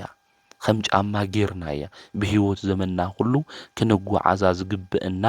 ናይ እምነት መንገድ ክንኸደላት ትገብረና መሰረታዊ ጉዳይ ምዃና ክንፈልጥ ክንርዳእ ይግብእና ማለት አውዛ ዓለም እዚ ክንነብር እንተለና ፍቅር እንድሕር ዘይብልና ኮይና ፍርሓት እዩ ዝስምዐና መጨነናቕ እዩ ዝመጽእ ምክንያቱ ፍቅሪ ዘይብሉ ሰብ ይህወኽ እዩ ዕረፍቲ ይህውሉ እቲ ዕረፍቲ ዝህብ እግዚአብሔር ምስኡ ስለዘየለ ምክንያቱ እግዚአብሔር ምሳና ዝኾን ናይ ፍቅሪ ሰባት ክንኾን እንተለና እዩ ስለዚ ፍቅሪ ዘለዎ ሰብ ኣይፈርሒ ንኡ እዩ ወንጌላዊ ቅዱስ ዮሐንስ እውን ክናገር እንተሎ እታ ፍጽምቲ ፍቅሪ ንፍርሓት ውጽያ ትድብሪ እያ እሞ እዩ ዝብል ፍጹም ፍቅሪ እንድሕር ሃሊና ኮይኑ ንፍርሓት ውጽያ እንታይ ትገብር ትድብሪ እያ ስለዚ ንፈርሕ ሰባት እንታይ ክንኾን ይግበን ናይ ፍቅሪ ሰባት ክንኾን ይግበአና ኣብ ፍቅሪ ፍርሓት ስለሌለ ማለት እዩ እንፈርሖም ነገራት ሁሉ ካባና ክርሕቁ ንሕና እንታይ ክንኾን ይግበአና ናይ ፍቅሪ ሰባት ክንኾን ይግበአና ስለዚ ንሕዋትና ንሓትና ፍቅሪ ንምግብ ፍቅሪ ንህብ ክንኾን ይግበአና እግዚአብሔር ተፍቅርዎ ዶ ተባልና እወ ኢና ንብል ኩለና እግዚአብሔር ዝጸልኦ የለ ንሓው ካፍተዎ ንሓፍቲ ካፍተዎ ተባልና ከምዚ ጌራትን ከምዚ ጌርን ሃምዚ ኮይነ ኢልና ኢና ምኽንያት ነቕርብ ግን አውዚ ቅዱስ ዮሐንስ መልእኽቱ ክናገር እንተሎ እግዚአብሔር ቀዲሙ ፍቂርና እዩ ንሕና እውን ነፍቅሮ ኢና ኢሉ ነቲ ዙርያ ሓውዚ የፍቅር ነቲ ዜሮ እግዚአብሔር የፍቅር ዝብል ሰብ ግን ሓሳቡ ምዃኑ ይነግረና ማለት እዩ ስለዚ ትንሪኦ ሓውና እንታይ ክንገብር ክነፍቅሮ ታንሪያ ሓፍተና ክነፍቅራ ይግበአና ማለት በዓልና ንበዓልና ምሕረት እንገብር በዓልና ንበዓልና እንፋቀር በዓልና ንበዓልና ድማ ዘሎ ነገር ሁሉ ተኸፋፊልና ጼርና እንሻገር ክንኾን ይግበአና ማለት እዩ ነገር ግን ትንሪኦ ሓውና እታ ንሪያ ሓፍተና አቦና አዴና ሓዋትና ቤተሰብና ሁሉ ሰብ ኣብ ዓለም ዘሎ ዘይነ ፍቅር ናይ ፍቅሪ ሰባት እንድሕር ዘይኮንና እቲ ዘይረኣናዮ እግዚአብሔር የፍቅሮ እየ ንብል እንድሕር ኮይና ሓሰውቱ ምዃንና ይነግረና የረድአና እዩ ስለዚ ካብ እግዚአብሔር ተቀበልናዮ ትእዛዝ እዩ ንእግዚአብሔር ዘፍቅርን ሓው ድማ የፍቅር እዩ ስለዚ እግዚአብሔር የፍቅር እየ ዝብል ሰብ ንመን የፍቅር ንእግዚአብሔር እግዚአብሔር የፍቅር እየ እናበለ ንሓው ዝጸልእ እንድሕር ኮይኑ ግን ሓሳዊ እዩ ሓቀኛ ዝኾነት ፍቅሪ የውል ኣብ ውሽጡ ፍርሓት እንእዎ ማለት ይህወኽ ማለት ፍጹም ፍቅሪ ክልወና ምእንቲ ፍቅሪ እግዚአብሔር ክልወና ይግባ ከምኡ እውን ፍቅረ ቢጽ ናይ ሕዋትና ናይ ዕሩኽትና ፍቅሪ ክልወና ይግባ ሙይታና መድኃኒትና ኢየሱስ ክርስቶስ እኮ ናዲኡ ዘለዎ ፍቅሪ እኮ ኣብ መስቀል ተሰቂሉ እኮ ኣርኢና እኮ እዩ ኣብ መስቀል ተሰቂሉ ቶም ችንካራት ገና ኣብ ኢዱ እናሃለየ ስጉኡ ተወዲኡ ዓጽሙስ ካብ ዝረአይ መከራ በጽሕዎ ማይ ጸሚእዎ ሃውን ክብሎም እንተለዎ ሃበይ ዝና መድኃኒት ንሱ ኢየሱስ ክርስቶስ እኮ መጺጽ ሓሞት ይዎም ወይ ኣብዛ ሰዓት እዚኣ ኮይኑ ኣብ መከራ ውሽጢ ኮይኑ ናዲኡ ንቅድስተ ቅዱሳን ድንግል ማርያም ዘለዎ ፍቅሪ ክገልጽ እንተሎ ንቅዱስ ዮሐንስ ነያ እምከይልዎ እንሆ ኣዴኻ ኢሉ ተናጊሩ ናዲኡ ከመይ ዝበለ ፍቅሪ ከም ዘለዎ ኣውዚ ክንምልከት ይግበአና ንሕና እውን ብህይወት ዘመንና ንወገናትና ንቤተሰብና ንስድራና ኣብ ክፉእ መንገዲ ውሽጢ ክንኾን ንኽእል ኢና ኣብ ዝተፈላለየ መንገዲ ክንኾን ንኽእል ኢና ኣብ ዝጸገመና መንገዲ ክንኾን ንኽእል ኢና ነገር ግን ፍቅሪ ክንምግብ ፍቅሪ ክንህብ ከም ዝግበአና ጎይታ መድኃኒት ኢየሱስ ክርስቶስ ኣፍታ ናይ መከራ ሰዓት ኣፍታ ናይ መወዳእታ ኣብ መስቀል ተሰቂሉ ኣብ ዝነበረላ ሰዓት ናዲኡ ዘለዎ ፍቅሪ ነጊረና እዩ ንሕና እውን ብህይወት ዘመንና ኩሉ ንቤተሰብና ንስድራና ንሕዋትና ናይ ፍቅሪ ሰባት ክንኾን ንሕና ናይ ፍቅሪ ሰባት ምዃን እምቢ ስለ ዝበለና ናይ ሰላም ሰባት ምዃን እምቢ ስለ ዝበለና እኮ ሰላም ካባና ዝርሕቕ ዘሎ ንባዕለይ ጥራሕ እኮ ኢና ንብሎም ወገናተይ ንዓይ ጥራሕ ስለ ካሊእ እንታይ እትወኒ ንብል ሰባት እኮ ኢና ዘለና ማዕተብ ጌርና መስቀል ኣብ ልዕሊኡ ጌርና መስቀል ልነግረና እንታይ ድዩ ወገናተይ ክርስቶስ እኮ ሰላም እኮ እዩ ሰብ ኩሉ መስቀል ኣብ መስቀል እኮ ሰላም እኮ እዩ ገይሩ ክርስቶስ መድኃኒት ክርስቲያን እውን ናይ ሰላም ሰባት ክንኾን ይግበአና ምክንያቱ ብክርስቶስ ክርስቲያን ተባሂልና ክርስቶስ ሰላም እዩ ክርስቶስ ፍቅሪ እዩ ወገናተይ ነገር ግን ንሕና ንዓይ ጥራሕ ይጥዓመኒ ንዓይ ጥራሕ ይመችወኒ ኢና ፍቅሪ ግን ከምኡ ይብሊ ንዓይ ጥራሕ ይጥዓመኒ ይብሊ ስለ ካልኦት እዩ ዝሓስብ ናይ ፍቅሪ ሰባት ስለለይኮንና እኮ ኣብዚ ዘመን እዚ ሰላምና ካባና ዝርሕቕ ዘሎ ናይ ፍቅሪ ሰባት ስለለይኮንና እኮ ወገናተይ ስለዚ ክንስተውዕሎ ልቢ ክንብሎ ዝግበአና እምነት ሃልዩና ናይ እምነት ነገራት ሁሉ እናሰራሕና ፍቅሪ ዋና መእሰር ዝኾነ ፍቅሪ እንድሕር ዘይብልና ግን ከንቱ ምዃኑ ክንፈልጥ ክንርዳእ ይግበአና ናይ ፍቅሪ ሰባት ኮይና ንምድርና እውን ሰላምና ምጽል ክንኾን ኣምላኽና ቅዱስ እግዚአብሔር ንኹልና ይሓግዘና በዓልና ንበዓልና ብፍቅሪ እንረአይ ብፍቅሪ መንገዲ ድማ እንኸትል ክንኾን ልቦናና እውን ካብ ሁሉ ነገር ዝነጸኸ ንዓይ ጣዕምን ዘይኾነስ ንኹልና እግዚአብሔር ኣምላኽ ሰላም ዝኾነ ነገሩ ይዓድለና እናበልና ብፍቅርን ብሰላምን መንገዲ ክንጓዓዝ ይግብአና ማለት እዩ። ከምኡ እውን ሰነ 15 ኣብ ቅዳሴ ግዜ ዝንበብ ምንባብ ኣብዚ ኣብ ግብረ ሐዋርያት ምዕራፍ 25 ቁፅሪ 1 እስካብ 13 ዘሎ ናይ እግዚኣብሔር ቃል እዩ። ፊስጦስ ናብታ ግዝኣቱ ቂሳርያ ምስ መጸ ድሕሪ 3 መዓልቲ ካብ ቂሳርያ ናብ ኢየሩሳሌም ደይበ። ሊቀ ካህናትን መኳንንትን ኣይሁድ ድማ ብዛዕባ ጳውሎስ ነገርዎ። ኣብ መንገዲ ተጸናትዮም ክቐትልዎ መዲቦም ስለ ዝነበሩ ከዓ ንጳውሎስ ናብ ኢየሩሳሌም ስደደልና ኢሎም ለመንዎ። ፊስጦስ ድማ ጳውሎስ ኣብ ቂሳርያ እዩ ዝሕሎ ዘሎ፣ ኣነ ከዓ ቀልጢፈ ናብኡ ክምለስ እየ ኢሉ መለሰሉ። እምበኣር ካባኻትኩም ሓላፍነት ዘለዎም ወዳእቲ ነገር ምሳይ ይኹዱ እሞ እቲ ሰብኣይ እቲ ዝኾነ በደል እንተሃልይዎ ኣብኡ ይኽሰስዎ በሎም። ፊስጦስ ምስኣቶም 8 ወይ 10 መዓልቲ ምስ ቀነየ ናብ ቂሳርያ ወረደ። ንጽባሒቱ ድማ ኣብ መንበር ፍርዲ ተቐሚጡ ንጳውሎስ ከምጽእዎ ኣዘዘ። ጳውሎስ ምስ መጸ ከዓ እቶም ካብ ኢየሩሳሌም ዝወረዱ ኣይሁድ ኸቢቦሞ ደው በሉ። መርቲዒ ክረኽብሉ ዘይኽእሉ ብዙሕ ከቢድ ክሲ ድማ ከሰስዎ። ጳውሎስ ድማ ኣነ ኣብ ልዕሊ ሕጊ ኣይሁድ ኮነ ኣብ ልዕሊ ቤተ መቅደስ ወይ ኣብ ልዕሊ ቄሳር ኣይበደልኹን ኢሉ ናይ ምክልኻል መልሲ ወሃበ። ፊስጦስ ከዓ ንኣይሁድ ክሕጉስ ደልዩ ንጳውሎስ ናብ ኢየሩሳሌም ክትድይቡ እሞ ብዚ ነገር እዚ ኣብኡ ኣብ ቅድመይ ክትፍረዶ ትደሊ ኢኻ ኢሉ ጠይቆ። ጳውሎስ ግን ኣነ ኣብ ቅድሚ ናይ ቂሳርያ መንበር ፍርዲ ቆይማ ኣለኹ፣ ክፍረድ ዝግበአኒ ድማ ኣብኡ እዩ። ኣብ ልዕሊ ኣይሁድ ዝበደልኽዎ ከምዘይብለይ ድማ ንስኻ ትፈልጥ ኢኻ።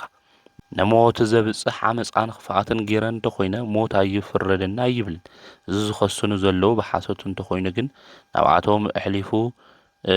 ከውህበኒ ዝኽእል የለን። ኣነ ናብ ቄሳር ይግባይ ኢለ ኣለኹ በለ። ሽዑ ፊስጦስ ምስኣቶም መማኽርቱን ተናጊሩ ናብ ንጉስ ቄሳር ይግባይ ካብ በልኻ ናብኡ ክትኸይድ ኢኻ በሎ እዩ ዝብል። ስለዚ ኣብዚ ክንምልከት እንተለና ቅዱስ ጳውሎስ ወንጌል ክሰብኽ እንተሎ ብፍላይ ድማ ሐዋርያት ወንጌል ክሰብኹ እንተለዉ ቅዱሳን ኣቦታትና ብዙሕ መከራን ፈተናን እዩ ካብ ሊቀ ካህናትና መኳንንቲ ኣይሁድ እውን ዝበጽሖም ነይሩ። ስለዚ ቅዱስ ጳውሎስ እውን ወንጌል ክሰብኽ እንተሎ ኣብቲ ዓዲ እሱ ዝነበሩ ሊቃነ ካህናትና መኳንንቲ ይኸስዎም ነይሮም። ቅዱስ ጳውሎስ ድማ ኣብ ቂሳርያ ተኣሲሩ እናሃለወ ንሶም ድማ ሕሊፍካ ሃበና ናብ ኢየሩሳሌም እዮም ኢሎም። ኣብ ኢየሩሳሌም ቅዱስ ጳውሎስ ተኸይዱ ምእንቲ ክቐትልዎ እዩ ዝብል። ክቐትልዎ ይጽበይዎ እዮም ነይሮም። ምቹው ዝኾነ ግዜ እዮም ዝደልዩ ነይሮም ማለት እዩ። ስለዚ ቅዱስ ጳውሎስ ኣነ ዝበደልኽዎ ነገር የብለይ፣ ኣብ ልዕሊ ኣይሁድ ኣብ ልዕሊ ቤተ መቅደሶም ዝበደልኽዎ ነገር የለይ፣ ኣብ ልዕሊ ቄሳር እውን ዝበደልኽዎ ነገር የለይ። ስለዚ ፍርዲ ክበሃወኒ ዝኽእል ኣውዙ እዩ፣ ይግባኝ እውን ሓቲተኒ ኢኹ ኢሉ ተናጊሩ እዩ። ፊስጦስ ድማ ልኦም ክሕጉስ ኢሉ ደልዩ ነይሩ እዩ። ኣብ ቂሳርያ እዩ ግዝኣቱ ነይሩ። ልኦም ክሕጉስ ኢሉ ናብ ኢየሩሳሌም እዩ ክሰዶ ደልዩ ነይሩ። ቅዱስ ጳውሎስ ግን ኣነ ፍርዲ ክበሃወኒ ዝግባእ ኣውዙ እዩ ኢሉ ይግባኝ ድማ ንቄሳር ከም ዝሓተተ እዩ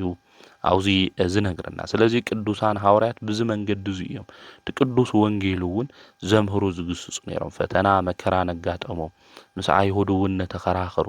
ኣብ ቤት ፍርዲ እውን እቶም ዳያኙ ብዙሕ ነገር ክገብሩ እንተለዉ፣ እቶም ገዘእቲ እውን ምስኦም ተማኺሮም ተማሸጠሮም ብዙሕ ነገር ክገብሩ እንተለዉ ብዚ መንገዲ እዚ ወንጌል ናብ ኩሉ ንክበጽሕ ገይሮም እዮም። ቃሎም ኩሉ ናብ ምድሪ ኩሉ ንክስማዕ ዝገበሩ ብዚ መንገዲ እዚ ምዃኖም ክንፈልጥ ክንርዳእ ይግብአና። ሓይሎም ዝኾነ ኣብ ኩሉ ነገር ዘጽናዕንዖም ዝነበረ ድማ ኣምላኽና ቅዱስ እግዚኣብሔር፣ ረድኤት እግዚኣብሔር፣ ሓይሊ እግዚኣብሔር ምስኦም ኮይኑ ኩሉ እቲ ናይ ወንጌል ቃል ድማ የምህሩ ነይሮም። ነዚ ቅዱስ ጳውሎስ እውን እቲ ሓወይ ፍቁር ዝኾነ ብጎይታ ልኢኸልኩም እኒኦ፣ ከመይ ከም ንነብር ዘለና ክነግረኩም እዩ እናበለ እውን ንኤፌሶን ክርስቲያን ዝተናገሮም ንዙ እዩ። نحنا ወንጌል ክንሰብኽ እንተለና ናባኹም እቲ ናይ ወንጌል ቃል ድማ መልእኽቲ ክንልእኽ እንተለና ብማእሰርቲ ብመከራ ምዃኑ እናጠመይና እናጸማዕና እናተገረፍና ኣብ እስር ቤት እውን እተውና ምዃኑም ክትፈልጡ ኢኹም ብዚ መንገዲ እዚ ወንጌል ናይ እግዚአብሔር ቃል ክንሰብኽ እንተለና ፈሊጥኩም ተረዲእኩም ና ወንጌል እሱር ስለ ዝኾንኩ እዩ ኣነ እዩ ዝብል ስለዚ ቅዱሳን ኣቦታትና ሐዋርያት ና ወንጌል እሱር ስለ ዝኾኑ ብህይወቶም ዘመን ሁሉ ዝመጸ መከራታት ሁሉ ድማ بحيل እግዚአብሔር እናሐለፉ ብጽንዓት ብትብዓት ኮይኖም ይሐልፉ ከም ዝነበሩ ምፍላጥ ምርዳእ አይደሊ ስለዚህ ቅዱስ ጳውሎስ ወንጌል ሰውኹም ዘለና ሰቁይሉ ተመቹና ነገራት ሁሉ ተስተኻኺሉ ይኾነ በፈተና በመከራ ውሽጥ ኮይነ ስለዚህ ስለናትና ክነግረኩም ተሎ ፍቁር ሓውና ዝኾነ ብጎይታ መጽዩ ክነግረኩም እንተሎ ንስኻትኩም ትጽናዓኑ ኢኹም ትና ወንጌል ቃል እውን ብምንታይ ናዋኹም ትናይ ብስራት ዜና ከም ዝመጽእ ዘሎ ትፈልጡ ኢኹም ነበለ ለኤፌሶን 7 ተናገሮም ልዙ እዩ ስለዚህ ቅዱስ ጳውሎስ ተኣሲሩ ነገር ግን ናይታ ዓዲ ቂሳርያ ዝነበረ ገዛኢ ዝነበረ ግን ለኦም ክሕጉስ ኢሉ ናብ ኢየሩሳሌም ከድክሎ ተሎ አውዚ እየ ይግባኝ እውን ሓቲተን ቂሳር ኢሉ ተናጊሩ እዩ ቅዱስ ጳውሎስ ማለት በረከት ቅዱሳን ምስኹላትና ይኹን ዝወንጌል ከምዚ ኢሎም መከራ ተቀቢሎም ናው ሁሉና ክበጽሕ ብርሃን ክኾነና ስለዝገበሩ ማለት እዩ ከምኡውን ብለም ዓንተ ሰነ 15 ኣብ ቅዳሴ ግዜ ዝነበብ ና ወንጌል ክፍሊ ኣብ ማቴዎስ ወንጌል ምዕራፍ 13 ቁጥር 44 እስካብ 53 ዘሎ ናይ እግዚአብሔር ቃል እዩ መንግስተ ሰማያት ኣብ ግራት ዝተሓበ ሃፍትሞ ሓደ ሰብ ምስ ረኸቦ ዝሓብኦ ካብ ተሓጓሱ ዝተልዓለ ከዓ ኸይዱ ዘለዎ ሁሉ ሸይጡ ነታ ግራት ዝዕድግ ትመስል ከምኡ ድማ መንግስተ ሰማያት ክቡር ዕንቁ ዝደለይ ነጋዴ ሰብ እሞ ሓንቲ ክብርቲ ዕንቁ ምስ ረኸበ ኸይዱ ዘለዎ ሁሉ ሸይጡ ነታ ዕንቁ ዝዕድጋ ትመስል ከምኡውን መንግስተ ሰማያት ኣብ ባሕሪ ዝተዘርግሐት እሞ ካብ ሁሉ ዓይነት ዓሳ ዝኣከበት መረብ ትመስል ምስ መልእት ናብ ደንደስ ኣውጽእዎ ተቐሚጦም ድማ ጽቡቕ ኣርዮም ኣብ ኣቕሓ ኣከቡ ነቲ ሕማው ግን ንወጻኢ ደርበይዎ ኣብ መወዳእታ ዓለም ከዓ ከምኡ ክኸውን እዩ መላእክቱ መጽኦም ነቶም ክፉኣት ካብ ማእኸል ጻድቃን ክፈልይዎም እዮም ስለ ቃሉ ንኣምላኽና እግዚአብሔር ስሙ ዝተኸበረን ዝተመስገነን ይኹን ናው እቶን ሓውን ክደውርይዎም እዮም ኣብኡ ከዓ ብኽያትን ብሕርቃ መስናንን ክኾን እዩ ዝብል ስለዚ ኣብዚ ኣብ ወንጌል ማቴዎስ ምዕራፍ 13 ክናነብብ እንተለና ጎይታና መድኃኒትና ንሱ ኢየሱስ ክርስቶስ ብምሳሌ ዘምህሮ ትምህርቲ እዩ ምዕራፍ 13 ክናነብብ እንተለና ጎይታ መድኃኒት ኢየሱስ ክርስቶስ ብምሳሌ ንምንታይ ኢኻ ተምህር ኢሎም እውን ደቀ መዛሙርቱ ሓቲቶሞ ነይሮም እዮም ምፍላጥ ሚስጥር መንግስተ ሰማያት ንዓኻትኩም ተዋሂቡ ኣሎ ንዓኣቶም ግን ይተዋሃበን ንዘለዎ ይውሃቦ ይበዝሐሉ ንዘይብሉ ግን እታ ዘላቶ እኳ ይሕድግዎ ኢሉ ስለዚ ብምሳሌ ዝናገረሉ ዘሎ እናረኣዩ ኣይርእዩን እናሰምዑ ኣይሰምዑን ወይም ያስተውዕልን እዮም ስለዚ ብምሳሌ ዝዛረብ ዘለኹ ኢሉ ጎይታና መድኃኒትና ኢየሱስ ክርስቶስ ተናጊሩ እዩ ማለት እዩ ስለዚ ብመዋዕለ ስጋዌ ጎይታ መድኃኒት ኢየሱስ ክርስቶስ ከምህር እንተሎ ንሓረስታይ ብዘርኢ እናገበረ ከምኡ እውን ንሃፋትም ብመክሊቶም እናገበረ ንደቂ ኣንስትዮ እውን በብሑቅ እናገበረ እዩ ዘምህር ዝግስጽ ነይሩ ማለት እዩ ስለዚ ኣብዚ ብምሳሌ ዘምህሮ ትምህርቲ ብፍላይ ስለ መንግስተ ሰማያት ኣብ ግራት ዝተሓበአ ሃፍትሞ ሓደ ሰብ ምስ ረኸቦ ዝሓብኦ ካብ ተሓጓሱ ዝተልዓለ ኸይዱ ድማ ዘለዎ ሁሉ ሸይጡን ታግራት ይዕድጋ ኢሉ እዩ ዝናገር ማለት እዩ ስለዚ እቲ ሰብኣይ ዝተባሃለ ጎይታ መድኃኒት ንሱ ኢየሱስ ክርስቶስ እዩ ግራት ድማ እዚ ዓለም እዚኣ እያ ዝተቐበረ ሃፍቲ ድማ መድፈን ኢልና ወይ ምንጽውዖ ኣዳም ምዃኑ ይነግረና እዩ ጎይታ ኣዳም ንሳኣትዩ ምስ ረኸቦ ደስ ኢልዎ ባህሪ ገይሩ ናይ ምድሓኑ ሚስጥር እዩ ዝናገር ማለት እዩ ስለዚ ጎይታ መድኃኒት ኢየሱስ ክርስቶስ ካብ ሰማያት መጽኡ ካብ ቅድስተ ቅዱሳን ካብ ድንግል ማርያም ተወሊዱ ንኣዳም ካብቲ ዘለዎ ነገር ሁሉ ኣድሒንዎ እዩ ተበጅሁና እዩ ኣድሒንና እዩ ማለት ስለዚ እቲ ሰብኣይ ዘለዎ ነገር ሁሉ ሸይጡ እዩ ናጎይታ መድኃኒት ኢየሱስ ክርስቶስ ናውዛ ዓለም ዝመጽእ እዩ ናይ አዳም ባህሪ ገይሩ እዩ ማለት ምስ ረኸቦ እዩ ዝብል ስለዚ ንአዳም ባህሪኡ ገይሩ ዘለዎ ነገር ሁሉ ሸይጡ ድማ ጎይታ መድኃኒት ኢየሱስ ክርስቶስ ንዓና ክብል ብኢድ ሰብ ተጸፊዑ ኣብ መስቀል ድማ ተሰቂሉ እዩ ማለት ነታ ግራት ዝተባሃለት ድማ ግራት ዝተባሃለ ናይዚ ዓለም ዝሰባት ሁሉና ድማ ጎይታ መድኃኒት ኢየሱስ ክርስቶስ ተበጅውና ድሒንና ዝውን መድኃኒ ዓለም ኢልና ንጽውዕ ስለዚ ዝናገሮ ተሓደ ሚስጥሩ ተኣዩ እንድሕሪልና ጎይታ አዳም ንሰዓትዩ ስረኸቦ ባህሪ ገይሩ ናይ መድሓኑ ሚስጥር እዩ ማለት እዩ ከምኡውን እቲ ብእሲ ወይ ከዓ ሓደ ሰብ ዝተባሃለ ዮሴፍ እዩ እታ ናይ ሕርሻ ቦታ ወይ ከዓ ግራት ድማ ድንግል ማርያም እያ እቲ መድፍን ወይ ከዓ ዝተቀበረ ሃፍቲ ድማ ጎይታ እዩ ማለት ዮሴፍ ጎይታን ድንግል ማርያምን ምስ ረኸቦም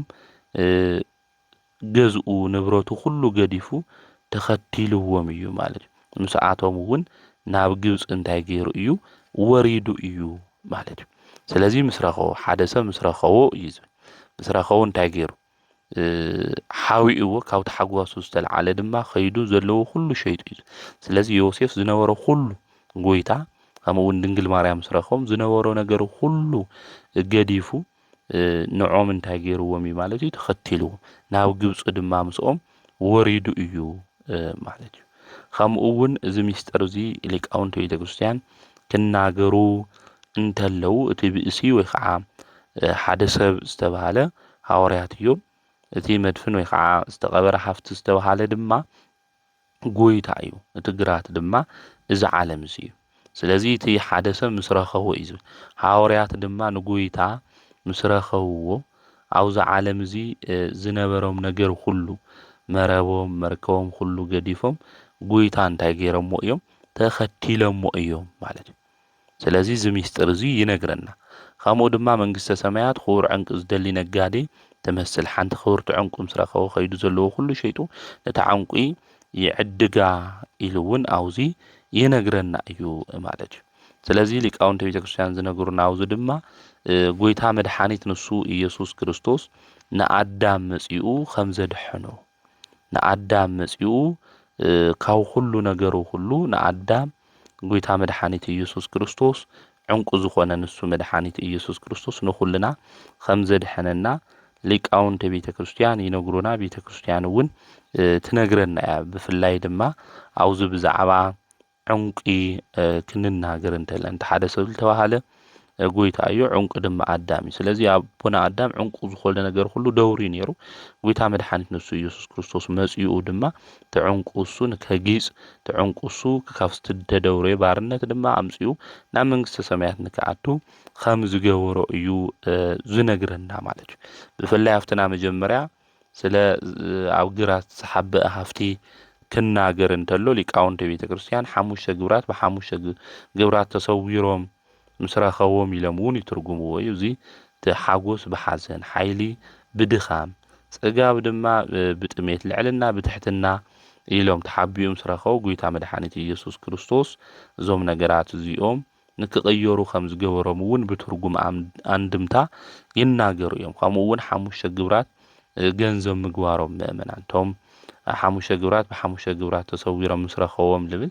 ቶም ሓሙሽተ ግብራት ምእመናን ገንዘቦም ምግባሮም እዞም ሓሙሽተ ዝበሃሉ ዝዓለም እዚ ተውላጥ ዓለም ቃለ መጻሕፍቲ ምግባር መንፈሳውና ቃለ መምህራን ዝዓለም እዚ ዛንሪኣ ዘለና ዓለም እያ ማለት እዚኣ ንዕቆም መኒኖም ኸይዶም እዮም ብዙሓት ካብዚ ዓለም እዚኣ ከምኡ እውን ተውላጥ ዓለም እንብሎ እሱ እዩ ማለት እዩ ከም የዋህ ጳውሊ ምስ ሓዉ ኣቦኦም ምስ ዓረፈ ገንዘብ ነይርዎም እቲ ገንዘብ ሓዊ ህቢ ስለልወለ ተዋኢሶም ተጻሊኦም ነይሮም ዳኛ ይፍረደልና ኢሉ ክኸድ እንተሎ ጳውሊ ኣብ መንገዲ ዝሞተ ሰብ ይረክብ ማለት እዚ ዝሞተ ሰብ መን እዩ ክብል እንተሎ በዓል ጸጋ እዩ ነይሩ ኢሎም ይነግርዎ ኣነ ለዝሓላፊት ዓለም እዚኣ ኢለ ምስ ሓዊ ተጻሊኤ ኢሉ ሁሉ ነገር ገዲፉ እንታይ ገይሩ እዩ መኒኑ እዩ ማለት እዩ ስለዚ ቅዱሳን እውን ሁሉ ዝነበሮም ነገር ሸይጦም ንታግራት እንታይ ገይሮም ዓዲጎም እዮም እዩ ስለዚ መንግስተ ሰማያት ኣብ ግራት ዝተሓበአ ሃፍቲ ዝብል ኣብ ግራት ውሽጢ ዝተሓበአ ፍቅሪ መንግስተ ሰማያት ነይርዎም ኣብ ልቦም ማለት እዩ ስለዚ ግራት ናት ሰብ ልቢ እንድሕሪልናዮ ኣብታ ግራት ውሽጢ ዝተሓበአ ሃፍቲ ድማ መንግስተ ሰማያት እያ ዝፍቅሪ እዚ እዮም እናዘከሩ ስለ መንግስተ ሰማያት እውን መከራ ዝተቀበሉ ቅዱሳን አቦታትና አዴታትና ንዚ እዩ ማለት ተውላጣ ዓለም ኢልና እውን እንናገሩ ንዚ ናዛ ዓለም እዚኣ ነገር ሁሉ ገዲፎም ሓዲጎም መኒኖም እዮም ማለት ምግባር መንፈሳዊ እውን ክህልወና ከም ዝግባእ እዩ ዝናገረና ከም አብርሃም መርዓዊ እዩ ካብ ገዛ መርዓ ወፅዩ ናብ ገዳም ከኣቱ ገይርዎ እዩ መንፈሳዊ ግብሩ ማለት ስለዚ ቅዱሳን መንፈሳዊ ግብሮም ናዛ ዓለም እዚኣ ምንዓቆም ቃለ መጻሕፍቲ ፈሊጦም ቃለ መምህራን ድማ ተረዲኦም ዝዓለም እዚኣ ገዲፎም ኣብ ልቦም ውሽጢ ዝተቀበረት ፍቅሪ መንግስተ ሰማያት ኣብሊጾም ላምናኔ ኸይዶም እዮም ትዕንቁ ዝተባሃለ ናይ ህይወትና መድኃኒት ንሱ ኢየሱስ ክርስቶስ ክናጊጽ ዝገበረና ጎይታ ንሱ እዩ ምስ ረኸበና ሓሚቕና ነርና ተደብሪና ዕንቁና ሁሉ ደብሪና ነርና ትዕንቁ ማለት ውልድነትና ክምለስ መንግስተ ሰማያት ክንወርስ እውን ዝገበረና አምላኽና ንሱ ኢየሱስ ክርስቶስ ምዃኑ ክንፈልጥ ክንርዳእ ይግበና ስለዚ መንግስተ ሰማያት ክምስላ እንተሎ ተቐቢሩ ዝተረኸበ ወርቅን ዕንቁን ኢሉ እውን ዝተናገረ ንዚ እዩ ነቲ ወርቂ ነቲ ዕንቁ ዝተቀበረ ድማ መንግስተ ሰማያት እንዲዮም ኣብ መጽሓፍና ክነንብብ እንተለና እኮ ጎይታ 5 መክሊት ከምኡ እውን 2 መክሊት 1 መክሊት እዩ በዓል 1 መክሊት መሬት ኩዒቱ ቀቢሩዋ እዩ ዛ ሓንቲ መክሊት ኢሎም ቅዱሳን እንዲዮም ክትርጉምዋ እንተሎ መሬት ብሻሽ ገይሩ መሬት ገይሩ ቀቢሩዋ ክብል ተሎ ሻሽና ልዕልና ምልክት መንግስተ ሰማያት እውን ልዕል በለት እያ ስለዚ ኣብ መሬት ከም ዝቀበራ ሁሉ ተሓንቲ መክሊት መንግስተ ሰማያት እያ ኢሎም ትርጉምዎ ተለው ሊቃውንተ ቤተ ክርስቲያን እኮ ኣብ ልብ ቅዱሳን ሁሉ ተኳዓይታ ዝተቀበረት እያ ፍቅሪ መንግስተ ሰማያት ኢሎም እውን ብዛዕባ ሓንቲ መክሊት ቅዱሳን አቦታትና ብዙ ነገር እዚ ይትርጉምዎ እዮም ማለት ስለዚ ፍቅሪ መንግስተ ሰማያት ፍቅሪ እግዚአብሔር ስለሌለዎም ቅዱሳን ዝሁሉ መከራ ተቀቢሎም ላምናኔ ኸይዶም እዮም ማለት እዩ ስለዚ ስለ መንግስተ ሰማያት ክትርጎም እንተሎ ስለ ቅዱሳን ንምናን ከምኡ እውን ክርስቶስ ንዓና ከመይ ኢሉ ከም ዘድሐነና ምስ ረኸቦ ከም ዝተሓጎሰ ሁሉ እዩ ዝብል ስለዚ ንኣዳም ንስሓ ኣትዩ ምስ ረኸቦ ተሓጒሱ ጎይታ ድሓር እውን ባህሪኡ ገይሩ ኣድሒንዎ እዩ ምስ ረኸቦ ዝብል ሓዋርያት እውን ጎይታ ምስ ረኸቦ ተኸቲሎሞ እዮም ዮሴፍ እውን ኣረጋዊ ዮሴፍ ለድንግል ማርያም ከምኡ እውን ለጎይታ ምስ ረኸቦ ተኩሉ ነገር ገዲፉ መኒኑ እዩ ስለምናኔ ከምኡ እውን እግዚአብሔር ንዓና ናይ ምድሓኑ ሚስጥር ዝናገር ምዃኑ ምፍላጥ ምርዳእ የድሊ ከምኡ እውን መንግስተ ሰማያት ኣብ ባሕሪ ዝተዘርግሐት እሞ ካብ ኩሉ ዓይነት ዓሳ ዝኣከበት መረብ እያ ትመስል እዩ መረበብ ናይ ወንጌል ምሳሌ ባሕሪ ድማ ናይ ዓለም ምሳሌ እዩ ማለት ኩሉ ዓይነት እዩ ስለዚ ትመረብ ኩሉ ዓይነት እንታይ ገይራ ማለት እዩ ከም ትእክብ ኩሉ ዓይነት ዓሳ ከም ተእክብ ኩሉ ወንጌል እውን ንህዝብና ንኣሂዛ ሓደ ዝገበረት እያ ማለት እዩ ኩሉ ዓይነት ክብል ተሎ ትመረብ ታዩልናይ ወንጌል እዩ ማለት አቦታትና ለቅዱስ ጴጥሮስ እውን ዓሳ ዝክብሉ ዝነበሩ መረብ ገዲፎም ና ወንጌል መረብ እዮም ሒዞም ንዓለም ሁሉ ብዝና ወንጌል መረብ እዚ ንሁሉ ገሲጾም ኣምሂሮም እዮም ማለት ስለዚ ኩሉ ዓይነት ዓሳ ኣምለሉ ሁሉ ህዝብና ኣሂዛብ ሓደ ዝኾነለ ብምንታይ ተባይሉ ብቅዱስ ወንጌል ምዃኑ ክንፈልጥ ክንርዳእ ይግበአና ምስ መልእቱ እውን ይዝብል በወንጌል ቃል ተማሂሮም ድማ ሁሉም ናብ ቅዱስና መንገዲ መጽዮም ናብ ደንደስ ወጽዮም ነገር ግን ና ወንጌል ቃል ተርጎምዎ በህይወቶም ነው ሰሚዖም በቃል ጥራሕ ለይኾነስ በተግባር ተርጎሙ ነገር ግን ተቃል እሱ ድማ ዘይተርጎሙ ነው ስለዚህ ና ወንጌል ቃል በህይወትና ክንትርጉሞ እዩ ዝግበአና ሰይፊ መንፈሳዊ ኢልና አንቶ ጽዋዕና እዩ ማለት ያ መወዳእታ ግዜ ፍርድ ከም ዘሎ ና ወንጌል ቃል ዝተርጎሙ ዋጋ ጽድቅ እንዲዮም ና ወንጌል ቃል ዘይተርጎሙ ድማ እንታይ ፍርድ ከም ዝጽበዮም አውዚ ይነግረና ምሕርቃም አስናን ከም እውን ብኺያት ክኾን ይሉ ጎይታ መድኃኒት ኢየሱስ ክርስቶስ ነጊርና እዩ ጻድቃንና ሓጣን ድማ ዝፍለይሉ ግዜ ክመጽ መላእክት ድማ ክፈሉ እዮም ኢሉ እዩ ዝነግረና ማለት እዩ ስለዚህ አንሕና ምስቶም ቅዱሳን ጻድቃን ክፍልና ንክኾን ምስ ቅዱሳን ጻድቃን ድማ ናፍታርስት መንግስተ ሰማያት ምእንቲ ክነኣቱ እቲ ዝተቀበረ ዕንቁና አጽሪና ከምኡውን አምላኽና ቅዱስ እግዚአብሔር ተኸቲልና እቲ ዝተገበረልና ናይ ቤዛነት ስራሕ ድማ እናዘከርና ብጽድቅ መንገዲ ክንጓዓዝ ከም ዝግበአና ቅዱስ ቤተ ክርስቲያን ተምህረና እያ ዋጋና ክፍልና ሁሉ ምስ ቅዱሳን አቦታትና ንክኾን نأملخنا እግዚአብሔር ቅዱስ ፍቃድ ይሆንልና ስለዚህ ደግሞ አንድ ቅዱስ ቤተ ክርስቲያን እተምህረና ሰነ 15 ዝንበቡ ምንባባት ከምኡውን ቅዱስ ወንጌል ዝምዃኑ ተነግረና እያ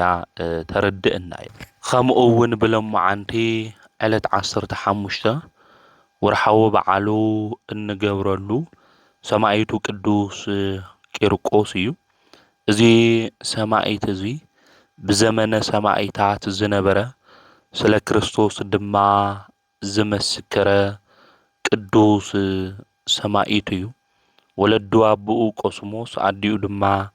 ايولوت ايبحالو زتولدلو عد دما اوروما ايو ازي قدوس زي بفلايافت زتولدلو زمن كريستيان زحردلو كمن ورغزوم دما زفناقللو ዝነበሮም ሃፍቱ ሁሉ ድማ ዝተወረሰሉ ግዜ እዩ ነይሩ አውዚ ግዜ እዚ ከሃዲያን ነገስታት ነጊሶም ክርስቶስ ከሓዱ እናበሉ ብዙሕ ፈተና እዮም ንክርስቲያን ዘውጽሕሎም ነይሮም መብዛሕትኦም ክርስቲያን ድማ አምላኽና እግዚአብሔር ንክሕዲ አምላኽና ቅዱስ እግዚአብሔር ካብ ንክሕድ ተንጠም እዩ ዝሕሸና ኢሎም ካብ ዓዲ ናብ ዓዲ ድማ ተሰዲዶም ይኸዱ ነበሩ ካብዚ አቶም ሓንቲ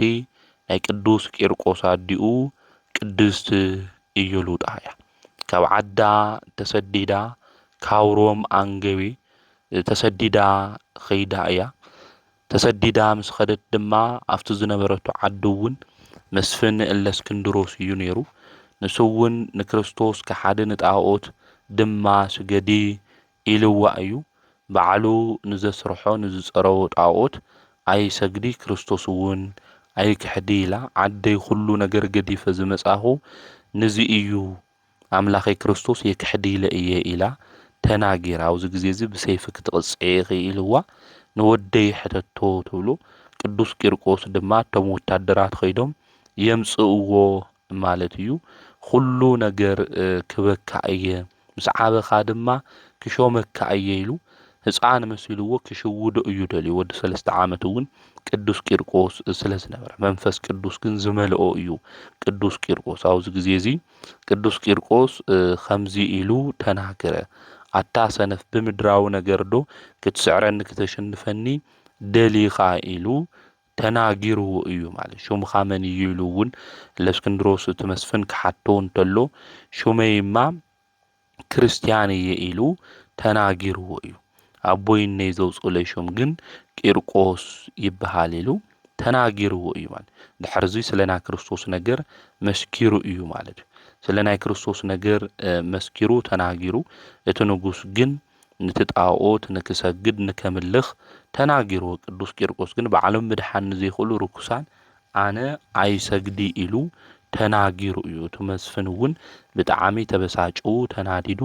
ናብ ዝፈልሐ ማይ እውን ንከኣቱ ገይርዎም እዩ አፍቲ ግዜ እሱ አዲኡ ቅድስት ኢዮሉጣ እሸይ ፈሪሓ ነይራ ነገር ግን ልብኺ አይጠራጠር ዳዊት ካብ ጎልያድ ሰይፊ ዳንኤል ካብ አናብስት አፍ አናንያ አዛርያ ሚሳኤል ካብ እቶን ሓዊ ስሱና ካብ ኩፋኣት ረበናት ዘድሕና አምላኽና አና እውን ከድሕነና እዩ ካብ ዝግርማዚ ናይዚ ማይ ዝፈልሐ ፈሪሕኺ ካብ ዝሓልፍ ጭንቀት መከራ ንምድሓኒኺ ናዘል ዓለም ሓዊ ከይትቕጽዒ በርትዒ አደይ ሎሚ ገድልና ንፈጽም ገጽ እግዚአብሔር እውን ንርአይሉ ንንኡ አብርትዒዋ እዩ ካብ ክርስቶስ ፍቅሪ ዝፈልየና ማንም የለይሉ ናይ ቅዱስ ጳውሎስ ቃል እውን ትዝ ይበልኺሉ ተናጊርዋ ልንኡ እውን መምህራ ኮይኑ ገድሎም ንክፍጽሙ ገይርዋ እዩ ቅዱስ ቂርቆስ ማለት ስለዚህ ቅዱስ ቂርቆስ ህፃን እዩ ክንብል እንተለና በእምነት ግን ዝበርትዐ ቆራጽ ልብ ዝነበሮ ህፃን እዩ ማለት እዩ ናይ አዲኡ ኢድ ሒዙውን ናብ ሰማዕትነት ክብሪ ክትበቅዕ ዝገበረ ቅዱስ እዩ ናፍቲ ዝፈልሐ ማይ ከም ነጎድጓድ መብረቕ ዝስማዓውን በእምነት ኮይኖም አትዮም መልአኩ ቅዱስ ገብርኤል መጽኡ እውን ካብቲ ዝፈልሕ ማይ ካብ እግዚአብሔር ተላኢኹ አድሒንዎም እዩ ማለት እዩ በእምነት ክንጓዓዝ እንተለና ከምዚ እዩ ወገናት ናይ ሓዊ ሓይሉ ሁሉ እንታይ ንገብር ነጥፍ ኢና ማለት ሁሉ ነገር ዝስዕር እምነትና ዓለም እውን ዘሽንፍ እምነትና ምዃኑ ሐዋርያው ቅዱስ ዮሐንስ እውን ኣብ መልእኽቱ ይነግረና እዩ። ስለዚ እምነት እንድሕር ሃሊና ኮይኑ እቶም ዘሽንፉና እዮም እንብሎም ነገራት ሁሉ ከም ንስዕሮም ክንፈልጥ ክንርዳእ ይግበአና። ቦታትና ብሃይማኖት ናይ ሓዊ ሓይሊ እንታይ ገይሮም እዮም ኣጥፊኦም እዮም። ሰይፍ እውን እንታይ ገይሮም እዮም ኣፍዚዞም እዮም ማለት እዩ ካብ እምነቶም ዝተልዓለ። ስለዚ ቅዱስ ቂርቆስ እውን ካብ እምነቱ ዝተልዓለ ናብቲ ሓዊ ኣትዩ ተሓዊ እውን ዝሑል ማይ ኮይኑሎም ትልነደደ ከም መብረቕ ዝስማዕ ዝነበረ እንታይ ኮይኑሎም ዝፈልሐ ማይ ዝነበረ ዝሑል ማይ ኮይኑሎም። ስለዚ ብዘመነ ሰማዕታት ኣብ ማእኸል ተኹላ ከም በጊዕ ኮይኑ ዝሓለፈ እዩ ቅዱስ ቂርቆስ ማለት እዩ። ብሓዊ ማእኸል ሓሊፉ እውን ከም ወርቂ ተፈቲኑ ዝወፀ ናይ መከራ መሳርሒ ድምፂ ኩሉ እውን ልቡ ዘየሸነፉ ከም ነጎድጓድ ማይ ትማይ ፈሊሑ ክስማዕ እንተሎ ዝኮ ማይ ሃምዚ እዩ ኢሉ ከይፈርሐ ብእምነት ዝጸንዐ ቅዱስ እዩ ማለት እዩ። ና ወንጌል ሓረበኛ ኢልና እውን ንጽውዖ እዩ ህፃኑ ቅዱስ ቂርቆስ ሰማያዊ አክሊል እውን ተቀቢሎም እዮም። ዝገድሎም እዚ ብሃይማኖቶም ጽንዓት እግዚአብሔር ምሕረት ቅዱስ ገብርኤል ተራዳኢነት እውን ገድሎም ፈጺሞም እዮም ማለት ነው። እውን እዩ ገድልና ንፈጽማ ደይሎም ይናበለ እውን ዝተናገረማ። ስለዚ ቅዱስ ቂርቆስ ገድሉ ዝፈጸመ ብክርስቶስ ድማ ዝኣመነ ሰማዕት ንክርስቶስ ድማ ምስክር ዝኾነ እዩ። ናይዚ ቅዱስ አቦና እዚ በረከቱ ረድኤቱ አማላድነቱ ምስ ኩልና ህዝበ ክርስቲያን ይኹን ናዲኡና ቅድስት ኢየሉጣ እውን በረከት አማላድነታ ምስ ኩልና ህዝበ ክርስቲያን ንክኾን ንኣምላኽና ናይ እግዚአብሔር ቅዱስ ፍቃድ ይኹንልና። ስለዚ ካብ ቅዱስ ቂርቆስ ናይ እምነት ጽንዓት ክህልወና ከም ዝግባእ ቅዱስ ቤተ ክርስቲያን ትነግር ዘይንጠራጠር ከምኡ እውን ብኣምላኽና ቅዱስ እግዚአብሔር እንኣምን ክንኾን ከም ዝግብአና ቅዱስ ቂርቆስ ህፃን ኮይኑ እቲ ንጉስ እሱ ክናገሮ እንተሎ መንፈስ ቅዱስ ዝመልኦ ስለ ዝነበረ ነቲ ንጉስ ዓላዊ ንጉስ ዝነበረ ዝገሰጸ ሰማዕት እዩ ማለት እዩ። ቅዱስ ቂርቆስ ካብ ፈተና ካብ መከራ ሁሉ ዘድሕን እግዚአብሔር እውን ቃል ኪዳን ዝሃቦ እዩ እሞ ቅዱስ ቂርቆስ ሰማዕቱ ንኩልና ካብ ፈተና ካብ መከራ ሁሉ ንከድሕነናን ካብ ማልደና ንኣምላኽና ናይ እግዚአብሔር ቅዱስ ፍቃድ ይኹነልና። ከምኡ እውን ብለሙዓንቲ ሰነ 15 መጽሓፈ ስንክሳር ከናነብብ እንተለና ናይ ቅዱስ ሚናስ ሰማዕቱ ዓመታዊ ክብረ በዓል እዩ። ቅዱስ ሚናስ መን እዩ? ሰነ 15ስ ንምንታይ ኢና ዓመታዊ ክብረ በዓሉ እናኽብር ዝብል ክንምልከት ኢና። በኦርቶዶክሳዊት ተዋህዶ ቤተ ክርስቲያን ሰነ 15 ካብ ዝኽበሩ በዓላት እቲ ሓደ ሰማዕቱ ና ቅዱስ ሚናስ በዓል እዩ። ቅዱስ ሚናስ ካብቶም ቅዱሳን ሰማዕታት ኢልና እንጽውዖ ሓደ እዩ። ሚናስ ማለት ብሩክ ዝተኣመነ ማለት እዩ። ቅዱስ ሚናስ አብኡ አውዶክዮስ አዲኡ ድማ አፎምያ ተባሂላ ትጽዋዕ። ዝተወለደሉ ዓዲ ድማ ኒቆስ ወይ ከዓ ሻቲ ተባሂሉ ይጽዋዕ። ቅዱስ ሚናስ ኣቐዲሞም ወለዱ ውላድ ዘይነበሮም እዮም። ውላድ ዘይነበሮም ንእግዚአብሔር ድማ ዝፈርሑ እዮም ነይሮም። አብኡ አውዶክዮስ ድማ ናይ ናይል ደልታ ኣመሓዳሪ እዩ ነይሩ። ኣመሓዳሪ ዓዲ ኮይኑ ምስ ሰበይቱ ብሓደ እናነበሩ ግን ውላድ የነበሮምን። ኣዲኡ ኣፎምያ መስከረም 21 ናዴና ናይ ቅድስተ ቅዱሳን ድንግል ማርያም በዓል ኣብ ዝክበረሉ ላብ ቤተ መቅደስ ላብ ቤተ ክርስቲያን ኸይዳ ንብዓታ እናፍሰሰት ጸለየት። ውላድ ድማ እግዚአብሔር ንክህባ ንእግዚአብሔር ድማ ተማሐፀነቶ። ካብ ስእሊ ምስለ ፍቁር ወልዳ ድማ አሜን ዝብል ድምፂ ተሰምዐ። ናይ ሕቶኣ መልሲ ድማ እረኸበት። ናብኡ አውዶክዮስ ዓዲ ዘመሓድር እዩ። በዓል ስልጣን እዩ። ስልጣን እኒአኒ ኢሉ ናብ ካልእቲ ሰበይቲ ኸደይ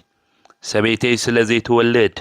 مخان سلزخونت ناب خالق خديه بلن اجزي عابهر زفرح طببنيا نغوسي نيرو ناي مجمريا طبب اجزي عابهر مفرحيو وغناتي اتا ناي مجمريا طبب زخونت اجزي عابهر مفرح او لبونا ناصلات اقميطنايا نخددولنا اذا نغوس زي بتعدي بهزبي زتفتو ايو نيرو ندخاتات دما يمصو تلوم يحجزوم نيرو ندخاتات دما زبصحوم بدل اندحر حاليو زسمعوم نغوس ايو نيرو افت زمن السو اتغزي ابهر زفرح بهزب دما زتفتو بعال سلطان زخونه اودوكيوس ناب خاليت سبيتي بزموت منفس وديقو كخديد لين دي سبات يخون عوزو زمن زي سلطانهم تدقفهم ني حاتيات سراح زسرحو وغناتي سلطانهم تدقفهم اي سبعاونت زخونه تقبار زفصمو دي سبات يخونو نغوس اودوكيوس جن سلطان كوان تهالو ات سلطان تحت اجزي ابهر يو إلو اجزي ابهر الناملخه نعو النافرحه حزب زم حدادر نغوسي نيرو زي ابهر دما ناي لبوم نجر زرئي املاك سلازخونه نجراتهم كله سمعوا نجراتهم كله دما تملكيتو ناي حتو ملس دما هابو ولاد هابو ميناس دما تولد ميناس مستولد دما ناي ميناس اكو حوبو ناودوكيوس اما خاريو ينيرو انطونيوس زبال مال ነገር ግን ድሕር ዝተወሰነ ግዜ ስልጣን ምስተወሃወ ሓው አውዶኪዮስ ህዝቢ ከም ዝፈትዎ ለቲ ናይ ሮማ ንጉስ ድማ እሙን ምዃኑ ተመልኪቱ ኣብ ልዕሊ ሓው ድማ ቀንአ ኣብ ልዕሊ ሕዋትና ንቀንእ ኮኒና ኢና ኣብ ልዕሊ ሓፍትና ኮን ቀንእኒ ኢና ሰናይ ምቕና ጸገም የውሉ ወገናት ብخفኡ ንቀንእኒ ኢና ኮይና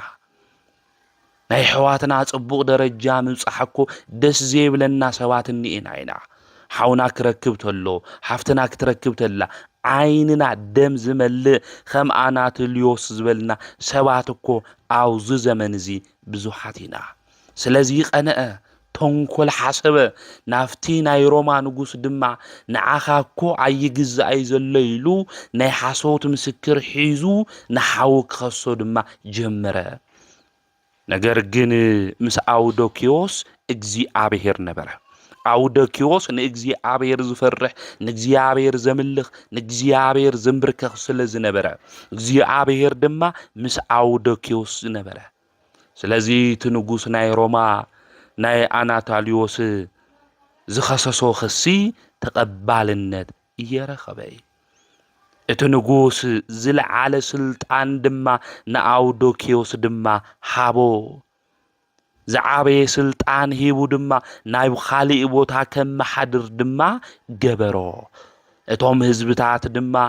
ዝንኡ ሰሚዖም ስለዝነበሩ ንአውዶኪዮስ እናዓለሉ ተሓጒሶም ድማ ተቀበልዎ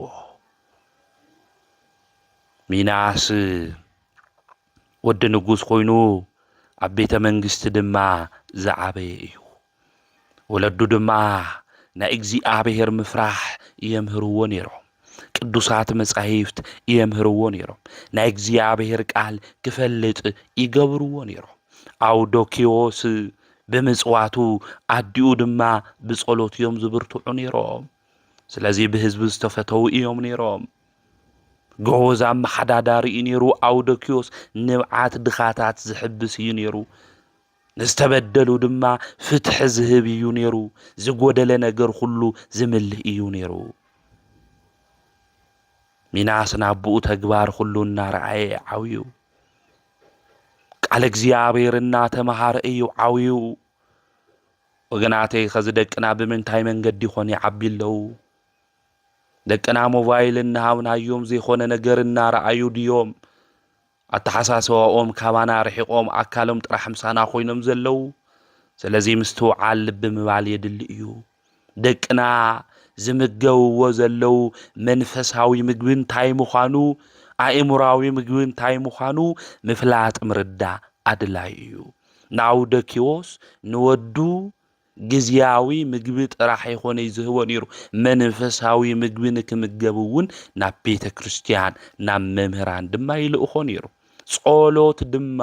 ኣብ ገዛ እንታይ ምዃኑ የምህሮ ነይሩ ስለዚ አውደኪዎስ ንወዱ ብተግባር ክርስትና የምህሮ ነይሩ ስለዚ ደቅና ብተግባር ክርስትና እንታይ ምዃኑ ክነምህሮም ክነግሮም ይግብእና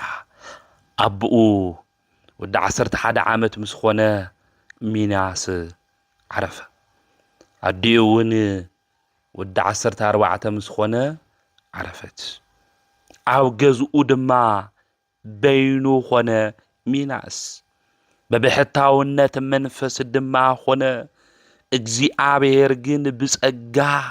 በመንፈስ ድማ ይዕብዮ ስለዝነበረ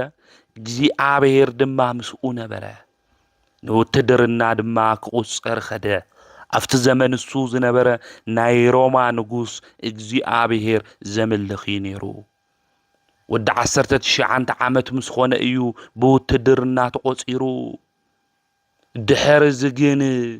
ዲዮቅልጥያኖስ ንጉስ መጸ አብያተ ቤተ ክርስቲያናት ይተዓጸዋ አብያተ ጣዖት ድማ ይከፈታይሉ አዋጅ አወጀ ኣብዚ ጊዜ እዚ ሚናስ ነፍሱ ተጨነቀች እግዚአብሔር ኣብዚ ይምልኽ ንእግዚአብሔር ኣብዚ ሓደ ዲዮቅልጥያኖስ ምግልጋል አድላይ ይኾነይ ስለዚ ንኽልተ ጎይታ ክትግዝኡ ኣይትኽእሉን ኢሉ ጎይታ ኢየሱስ ክርስቶስ ተናጊሩ ስለዚ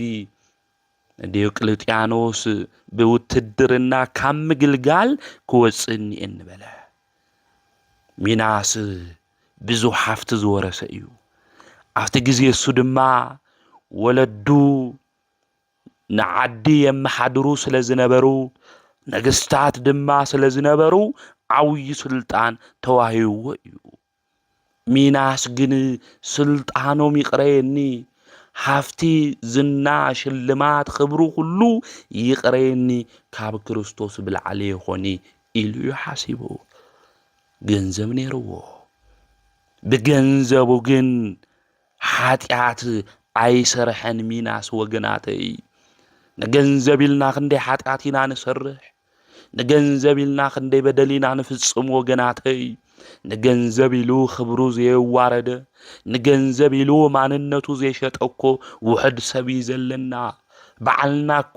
ንገንዘብ ንሃፍቲ ኢልና ንቁሳዊ ነገር ኢልና ዝሸጥና ናብ ኃጢአት መንደር ድማ ዝኣትውና ብዙሓት ኢና ሚናስ ግን ሃፍትም ስልጣንም እናሃለዎ ኃጢአት መራራ ምዃና ስለ ዝፈልጥ ብገንዘቡ ኃጢአት ኣይሰርሐን ሚናስ ብምግባር ዝጸንዐ በሃይማኖቱ ዝተመስከረሉ እዩ ሚናስ ወታደር እኳ እንተኾነ ወታደራት ዝገብርዎ ዝነበሩ ስራሕ አጸያፊ ዝኾኑ ተግባራት ይፍጽሙ ነይሮም ልክዕ ዘይኾነ ስነ ምግባራዊ ተግባራት እኳ እንተፈጸሙ ምስኣቶም ግን ብኃጢአት ኣይተሓባበሩ ነይሩ ስለዚ ንሕና እውን ኣብ ስራሕ ቦታና እኳ እንተኾንና ኃጢአት ምስሰርሑ ሰባት ክንተሓባበር ይብልና ክርስቲያን ምዃንና ከም ሚናስ ብተግባር ክንገልጽ እዩ ዝግዝእና ስለዚ ሚናስ ንኽልተ ጎይታ ምግዛእ ኣይከኣል ከም ዝብል ቅዱስ መጽሓፍ ኢሉ ዲዮቅልጥያኖስ አብያተ ጣዖት ይከፈት ኢሉ ንጣዖታት ድማ ንካምልኹ ንክሰግዱ ዕጣን ድማ ማይጠንት ንከቕርቡ ትእዛዝ አዚዙ ነበረ ሚናስ ግን ሃፍቱ ንብረቱ ሁሉ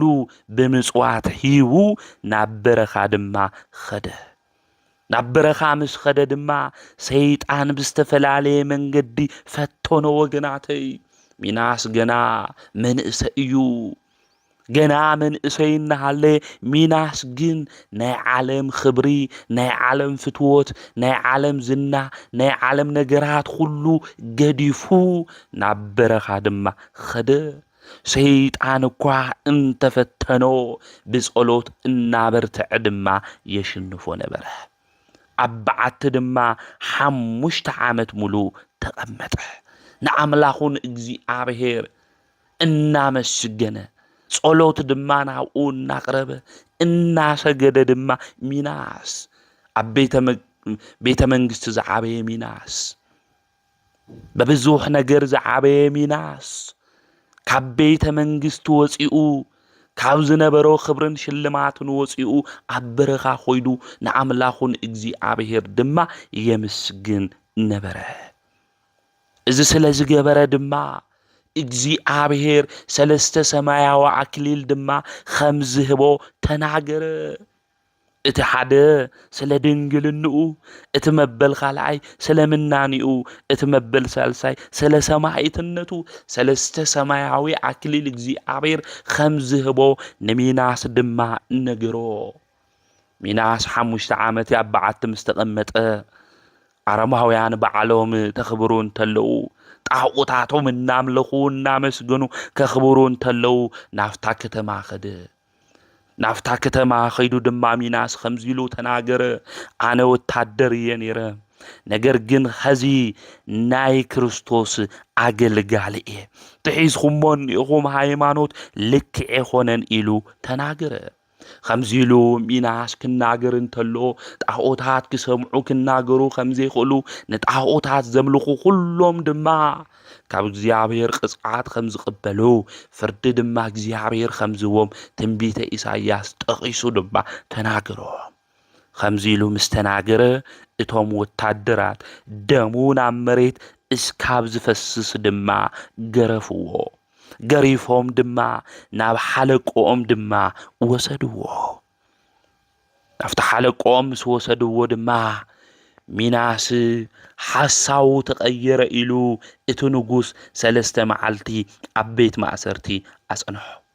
ዝደለኹሞ ቅጽዓትና ስቅያት ክተብጽሑለይ ትኽእሉ ኢኹም፣ ንክርስቶስ ግን የክሕዶይ፣ ንሱ ንዓይ ሕይወተ ኢሉ ተናገረ። ሚናስ ከምዚሉ ክናገር እንተሎ ብዙሕ ስቅያት እናብጽሕሉ እናሃለዩ ኸዚ ትሕማም ይስምዐካ ድዩ ዘሎ ወይስ ገና ድዩ በልዎ። ሚናስ ንስኹም ቅጽዓት እንተብዛሕኹምለይ ካብ ክርስቶስ ዝቕበሎ እንታይ ነኒ አክሊል ተዳልዩለ እዩ። ስለዚ ተብጽሑለይ መከራ ሁሉ ብሓጎስ እየ ዝቕበለ ኢሉ ሚናስ ተናገረ። ናይቲ ዓዲ ገዛእ ድማ ናትኻ ኣምላኽ ዘድሕነካ ተኾይኑ እዚ ኩሉ ስቅያት መከራት በጽሐካ ተሎ ንምንታይ እዩ ዘየድሕነካ በሎ። ሚናስ ድማ ከምዚሉ መለሰ፣ ወርቂ ብሓዊ ከም ዝፍተን ኩሉ ናይ ክርስቶስ ጸጋን ክብሪ ከም ወርቂ ብሓዊ ከይተፈተንኻ ምርካብ ኣይከኣልን። ናይዚ ዓለም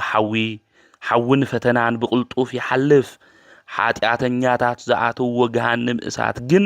ንዘለዓለም ይነድድ ኢሉ ሚናስ ተናገረ። ከምዚሉ ሚናስ ክናገር እንተሎ ሚናስ ድማ ሓሳቡ ክቕይር ከምዘይኽእል ድማ ምስ ተረድኡ ጫፎም በላሕቲ ዝኾኑ ሓፃውንቲ ገይሮም ስጉኡስ ካብ ዝበጣጠስ ብጭካነ መከራ ኣብጽሕሉ።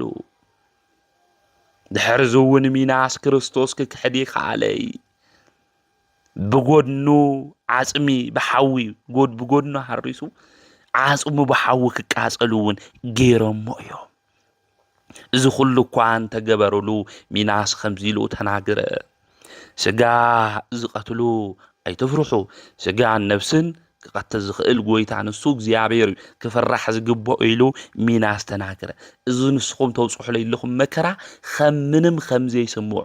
ብፍቕሩ ኾይኑ ስለ ክርስቶስ ኢሉ ይቕበለሎ ምዃኑ ሚናስ ተናገረ። ከምዚ ክብል እንተሎ ብጽፊዒት ወቕዕዎ፣ ኣስናኑ ድማ ረገፈ። ሓደ ሓሽከር ድማ ናፍቲ ንጉሱ መጺኡ ከምዚሉ ተናገረ፣ እዞም ክርስቲያን እዚኦም እኮ መከራ ብጸጋ እዮም ዝቕበልዎ። እዚ ሰብ እዚ መከርኡ ቅጽዓቱ ክነብዝሐሉ እንተለና ዘይምክሓዱ ብዙሓት ሰባት ንእግዚአብሔር የምልኹለው እዮም። ጽንዓቱ ተመልኪቶም ድማ اتميناس زملخو عملاقنا نملخ زولو بزي حميم سلازي زسب زب قلطوف كوجديو زقبو إلو حد حاشكر نتنقوس نكرو نايز نفس زما أنا كتفأ أي خلي ناي هاجر جزعي ناي روما نقوس دما إني أقيلهم نابقو دما لأخوه نابقو كل أخوان تلو بجلبا بمركب كخدن تلو دما ميناس يمسجن نبرن عملاخون እግዚአብሔር أوزو كله سكاحات خوينو أوزو كله مكرا خوينو ميناس نእግዚአብሔር يمسجن نبرا أما مكرا خوينو أفتنا خوينو زمسجن سب خميز بلا مسجون يو وجناتي نحنا مكرا كبصحنا انتلو شجر كغاطمنا انتلو نእግዚአብሔር نمسجنو دو نخون ويس نغروم رب نخون مستو علي دلي وجناتي زخلو تغريفو سقوس كابز بيت عطس عصمتو دما بحوس كابز ندد أسنانوس كابز رقف مكرا كوان تبصحلو ميناس بز ساعات زخوينو نعملاخون እግዚአብሔር يمسجن نبرا نحنا حدا نجر تقول لنا تلوكو قرمرم تاناكو بزوحكو يوغناتي بزوح نجركو إنا نبل እግዚአብሔር ዝገበረልና ብዙሕ ነገር እንሃለ ዝጎደለትና ንእሽተይ ነገር እንድሓር ሃልይዋ ኣብ ልዕሊኣ ኮይና ኢና እናጉረምርም ዘይድሊ ቃሊና እንናገር ወገናተይ ብኹሉ ኣብ ኩሉ ግን ንእግዚአብሔር ክነምስግን እዩ ዝግበአና ስለዚ ሚናስ በመርከብ እኳ ሒዞሞ ክኸዱ እንተለዉ ብባሕሪ ንኣምላኹን እግዚአብሔር የምስግን ነበረ ከም ቅዱስ ጳውሎስና ከም ቅዱስ ሲላስ عبيت ما عصرت خوينهم كو يزمرو كو يوم نيرو عبيت ما عصرت خوينهم صباح خمز قتلو صباح مكره همز قبلو إنا فلتو نእግዚአብሔር ግን بزماري يقلقلو نيرو وغناتي እግዚአብሔር እንድሕር ሒዝኻ ስለ እግዚአብሔር ኢልኻ መከራ እኳ ተተቀበልኻ እግዚአብሔር ምሳኻ ስለ ዝኾነ ነቲ መከራ ይትፈርሖ ይወገነይ ስለዚህ ክንገብሮ ክትፈልጦ ዝግብእና ኣብ መከራ ኣብ ሽግር እንተኾና እሱ ክሕልፍ ዝኽእል ጎይታ ምሳና ምህላው ፈሊጥና ተረዲና ንዑ ክነምስግኖ ይግብአና ናይ እግዚአብሔር ድምፅና ሚና ስመጽ ኣብ ኩሉ ቦታ ምሳኻ እየ ናብ ዝተፈላለየ ቦታ እኳ እንተወሰዱኻ ምሳኻ እየ ዝብል ድምፂ ናይ እግዚአብሔር ድምፂ ናብ ሚናስ ድማ መጽ ሚናስ ናብ ሃገረ ገዢ ድማ ናብ ተሃገር እሱ ገዛኢ ድማ ሓለቆም ዝኾነ ሓላፊኦም ድማ ናይ ሮማ ንጉስ ምስ ወሰድዎ ተኣሲሩ ወንጌል ድማ ኣብቲ እስር ቤት ዘለው ሰባት የምህሮም ነበረ ጎይታ ተገሊጹ ድማ ቁስሉ ፈወሰሉ ቀብዓ ቅዱስ ድማ ቀብኦ ብንግሆ ሚናስ ነጣዖታት መስዋዕት ኣቅርብ ተባሃለ ነጣዖታት እንድሕር መስዋዕት ተቅርብ ኮይንካ ሽልማትና ክብሪ ንህበካ ኢና በልዎ ንሱ ግን እምቢ በለ ዝሰግደሉ ዘምልኾ ሰማይና ምድሪ ዝፈጠረ ምድርን ሰማይን ድማ ክሕልፍ ዝኽእል ናይዚ ዓለም እዚ መጋቢ ናይዚ ዓለም እዚ ፈጣሪ ንሱ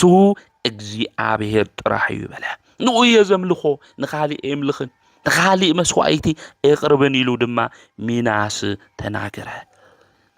بمجاز نخلته سونتو نقرص دما عززو اتحصين خمشم عدما مخخ خم طواف دما مخخ وغناتي نخنياتو እግዚአብሔር ኣብ ልዕሊ ሰውነቱ ቅብዓ ቅዱስ ስለ ዝቀብኦ ናሚናስ ዝኹሉ መከራ ይቀበል ነበር زمكراتات الزدما يسمع النبرن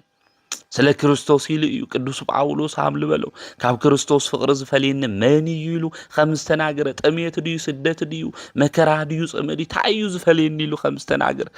روما كريستيان خمس تناغر روما سبات خمس صحافلهم ملختو معرف شمونت نحنا تاي فلينا اللي يكون كاب كريستوس وغناتي ገንዘብ ዲዩ ናይዚ ዓለም ዝና ዲዩ ክብሪ ዲዩ ታይ ፈለየና ኣሎ مستوعب لب مبال يدل يمال إننا تمجاز سونة كورسو يخالي مالتي يخالي نجر جن نميناس حدو سانة توسنة خسادو كورس إني أو تبعي እግዚአብሔር ምሳዩ ዘፍረሐኒ ድማ እየለን በለ ከምዚ ዝበለ ፍርዲ ናይ ሞት ፍርዲ ድማ ክፍረደሉ እንተሎ እግዚአብሔር ምሳዩ ዘፍረሐኒ ነገር የለ ኢሉ ድማ ሚናስ ተናገረ ናብ አምላኹ ናብ እግዚአብሔር እውን ጸለየ ናይ ቅዱሳን ጸሎት ዝሰማዓኻ አምላኽ ናይ አዳም ጸሎት ሰሚዕኻ ዘንሐንኻዮ እግዚአብሔር ንዓይ እውን አድሕነኒ ቅዱስ ዮሴፍ ጸሎቱ ሰሚዕኻ ዘድሕንኻዮ እግዚአብሔር ንዓይ እውን አድሕነኒ ዝተመረጹ ቅዱሳን ጸሎቶም ከም ሰማዓኻዮም ንዓይ እውን ስምዐኒ ኢሉ ንእግዚአብሔር ጸሎት ወብጽሕ እግዚአብሔር ድማ ከም ዝበለ ጸሎትኻ ተሰሚዑ እዩ ኢሉ ቃል ኪዳን አተወሉ ሕዳር 15 ድማ ክሳዱ ብሰይፊ ተቆሪጹ ሰማዕትነት ድማ ተቀበለ ስለዚህ ቅዱስ ሚናስ በዓለ ዕረፍቱ ሕዳር 15 እዩ ቅዱስ ሚናስ ብራብዓይ ክፍለ ዘመን ዝነበረ ሰማዕት እዩ ኣብ 24 ዓመቱ እዩ ገድሉ ቅዱስ ሚናስ ፈጺሙ ኣብቲ ዘመን እሱ ድማ ዲዮቅልጥያኖስና መክሲማኖስ ዝነበሩሉ ዘመንና ጊዜ እዚኦም ድማ ንእግዚአብሔር ዘይኣምኑ ኣብ ልዕሊ ክርስቲያን ድማ ጨካን ዝኾነ መከራታት ዘብጽሑ ዝነበሩ ንጣዖት ዘምልኹ ዝነበሩ ነገስታት እዮም ማለት ቅዱስ ሚናስ ሰማዕትነት ተቀቢሉ እኳ ምስ ዓረፈ ስጉኡ ንከቃጽሉ ናብ ሓው 3 መዓልቲ ሙሉእ እዮም ግን ክቃጽ ይኽአል ምክንያቱ እግዚአብሔር ተኣሲሩና ኣሎ ቅዱስ ሚናስ ታይገር ስጉኡ ብቅባ ቅዱስ ስለ ዝቀበኦ ማለት እና ቅዱስ ሚናስ ምስተቀበረ ድሕር ብዙሕ ዘመን ብፍላይ ድማ ኣብ እስክንድርያ አካባቢ አትናቴዎስ ዝበሃል ፖሊስ መኮንን ነይሩ ናይ ቅዱስ ሚናስ ተራዳኢነት ድማ ይኣምን ነይሩ እዩ ማለት ስለዚህ ብርብራውያን ልባሃሉ መጽኦም መሬቶም ሓምሉ ወረሩና ንሱ ድማ ዝመኮንን እዚ ናይ ፖሊስ መኮንን ሰራዊት ሒዙን ንክዋጋ ትእዛዝ መጽኦ ናይ ቅዱስ ሚናስ ስጉኡ ሒዙ ክኸድ ድማ ደለ ናይ ቅዱስ ሚናስ ስጉኡ ሒዙ ክኸድ እንተሎ ብባሕር ድማ ክሻገሩ እንተለው ድማ ክሳዶም ከም ግመል ዝኾነ አራዊት መጽኦም ታመርከብ ታይግበሩዋ ኸበብዋ ማለት ታመርከብ ክኸብዋ እንተለው ካብ ቅዱስ ሚናስ ስጉኡን ከውጽኡ እንተለው ካብ መቃብር ናይ ቅዱስ ሚናስ ብርሃን ዘንጸብረቕ ብርሃን እዩ ስለዚህ ኸዝውን መጽኦም ቶም አራዊት ተኸብዎ ተለው ተመርከብ ናይ ቅዱስ ሚናስ ስጉኡ ስለለሎ ብርሃኑና ቅዱስ ሚናስ ካብ አካሉ ኮጽ እንተሎ ክሳዶም አድኒኖም ሰጊዶም ናብ ባሕሮኦም ተመሊሶም እዮም ናብ ባሕሮኦም ተመሊሶም ስለዚህ አቡ ሶሪ ናብ ልበሃል ከተማ ኸይዶም ምስ ብርብራውያን ድማ ተዋጉ ብርብራውያን ሓያላት እዮም ነይሩ ነገር ግን ና ቅዱስ ሚናስ አካሉ ሒዞም ስለዝኸዱ አትናቴዎስ ድማ ናዩ ተራዳኢነት ይተአማመን ስለዝነበረ በዓወት ድማ አሸነፉ ምሳሸነፉ ድማ ብመርከብ ጌርና ተኸይድና ቅድሚ ኸዚ ከም ዝነበረ ፈተና ክጋጥመናይ ስለዚህ ብግመል ጌርና ተአካሉ ና ቅዱስ ሚናስ ሒዝናዮ ንኽድበል ነገር ግን ቶም ግመላት ክለዓሉ ይኻል ኣብ ሓደ ግመል ጥራሕ ይኾነ ኣብ 3 ግመል ጌሮም ክኸድ ይኻል ስለዚህ ፍቃዱ እዩ አውዝ ልክኾን ኢሉ ተመኮንን አትናቴዎስ ድማ ተናገረ አው ድማ ቀበርዎ ከምኡውን ና ቅዱስ ሚናስ ስእሊ ጎስ ሰአልመን የተባይሉ ኣብ ክልተ ቦታ ተሳኢሉ ተሓደ አትናቴዎስ ነው ዓል ሒዝዎ ኸይዱ ተሓደ ድማ ኣብ ፍቲ መቃብር ውሽጢ ምስኡ ቀቢሮም ማለት ና ቅዱስ ሚናስ ነብዙሕ ዘመን ተቀቢሩ ነይሩ بدحريو حدا قواسا بقعو تحممو بقعو مسحممتو تحمد أقول له حمد بيلو بحمد جيرو يدرزا مالتي بتحمد جيرو تدرزاتو له تابقعو تدحن مالتي أفتاك كباب له حمد العلم لحمم سو تقورو وتلو توم لحمم سوات يفوسو مالتي حدا ጊዜ ድማ አካሉ ጎደሎ ሰው ተጠውይል መኻድ ለይخل ሰው ነተፍ حقوقه ተኸተሉ አፍተ መቃብር لخونه برهان يري لنصبرق برهان مسرعاي يغرمو ማለት ገሪሙ ናሁ ተከተሎ ይድቅስ ምስደቀሰ ወለዱ ነደለይ ወስለን ነور ላበይ ጠፊሎም ይረኽዎ ማለት ምስረኸዎ ወለዱ ብምርኻዎም ደስ ይልዎም ብምጥፉኡ ድማ ብጣዕሚ እዮም ተናዲዶም ማለት ስለዚ ታይ ኮይን ኻይ ገለይሎም ታይ ልባል ኩሉ ወትውልተሎ ተቆልዓተ ላዕይሉ ኸይዱ ተሽባል ነበረ ኮይ አካለ ጎደሉ ተንፈሐ ይቁል ነበረ ማለት ናና ተዓደ ህዝብ ብጣዕሚ ታይ ኾኑ ይገርሞም ማለት ይገርሞም ብዙሕ ሰብ ትፍወስ ተለው ይሩ ለካ ናይ ቅዱስ ሚናስ መቃብር አው ስለለለዩ ለፍወስ ለለው ቅዱስ ዓጽሙ አካሉ አው ስለለለዩ ነው እና በአርባዕተ ማዕዘን ገይሮም ገዛ ይሰርሑሉ ማለት ዝነገር ሁሉ አው ሁሉ ይስማ እስካው ሮማ ለሎ ንጉስ ዝነገር እዚ ይስማ ናይቱ ንጉስ ጓሉ ግን ለምጽ ለዋ ነር ሓንቲ ጓሉ ማለት እና እዚያ ካው ብልመጸ ሐመድ ማለት እምነት እንውሎ ብልመጸ ማይ በጽቢጻት ሶትየተላ ከምኡን ተቅበኦተላ ካብ ለምጻ ድማ ታይ ኮይና ያ ድሒና ያ ማለት ድሒና ያ ስለዚ ቅዱስ ሚናስውን በሕልም ተራይዋ ቅዱስ ጉክ ተውጽኡ ሃምለለዋ ቅዱስ ሚናስ በሕልማ ተራይዋ ንሳውን ታይጌራ ናይ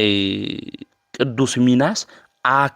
አካሉ ታይጌራቶ ካፍትል ተቀወረሉ ቦታ አውጽያአቶ ማለት አውጽያ ቤተ ክርስቲያን ድማ ክስራሕ ተገይሩ ሰነ 15 መሪዮት አብልባል ቅዳሴ ቤቱ ለኸበረሉ ቅዳሴ ቤቱ ለኸበር እና ቅዱስ ሚናስ በህይወት ካብለሃሎ በህይወት ዓለም ዝናዓቀ ሀፍት ንብረቱ ለድኻታት ለሃበ ናዛ ዓለም ዝና ኽብሪ ሽልማት ምንም ሃምለ ይኾነ ስለ ክርስቶስ ለመከራ አልተቀበል ተአምራቱ ግን ምስሞተ ይማል ምስ ዓረፈ ሰማይትነት ተቀቢሉ ምስ ዓረፈ ቅዱስ ሚናስ ብዙሕ ተአምራት ገይሩ ኣብ ግብጽ ቤተ ክርስቲያን ተኸይድኩም ልክ ዓና ሃም ቅዱስ ጊዮርጊስ ገለ እንብሎ ብጣዕሚ ለኸበር ወይ ድማ በቃ ለአምንዎ ሰማይት እዩ ቅዱስ ሚናስ ማለት አፍተ መቃብሩ ኸይዶም ተሳለሙ ብዙሓት ንዓድና ሰባቱውን ምስክርነት ይሁ እዮም ማለት ዓውይ በረከት ፍሉይ ለኾነ ሓጎስ እዩ ለስምዓካ ማለት እዩና ኣብ እስክንድርያ ቤተክርስቲያን በደንቢ እዩ ለኸበር ሰነ 15 ድማ ቅዳሴ ቤተክርስቲያን ተሰሪሑ ቅዱስ ጉኡ ካብ መቃብሩ ወጽዩ አው ለኸበረሉ ማለት ለኸበረሉ አመሪዮት ልበሃል ቦታ ማለት እና ናይ ሰማዕቱና ቅዱስ ሚናስ በረከቱ ረዲኤቱ አማላድነቱ ምስ ኩልና ህዝበ ክርስቲያን ይሁን እንዲያውም ቅዱስ ሚናስ ፈጢኑ ቶለይሉ ልበጽሕ ጸሎት ድማ ለሰምዕ ሰማይት ይልበሃል ሞ ፈጢኑ በጽሑ ጸሎትና ሁሉ ሰሚዑ ነገራትና ሁሉ ለካስተኻኽለልና ናይ ቅዱስ ሚናስ በረከት አይፈለየና ወስብሐት ለእግዚአብሔር ወወላዲቱ ድንግል ወለመስቀሉ ክቡር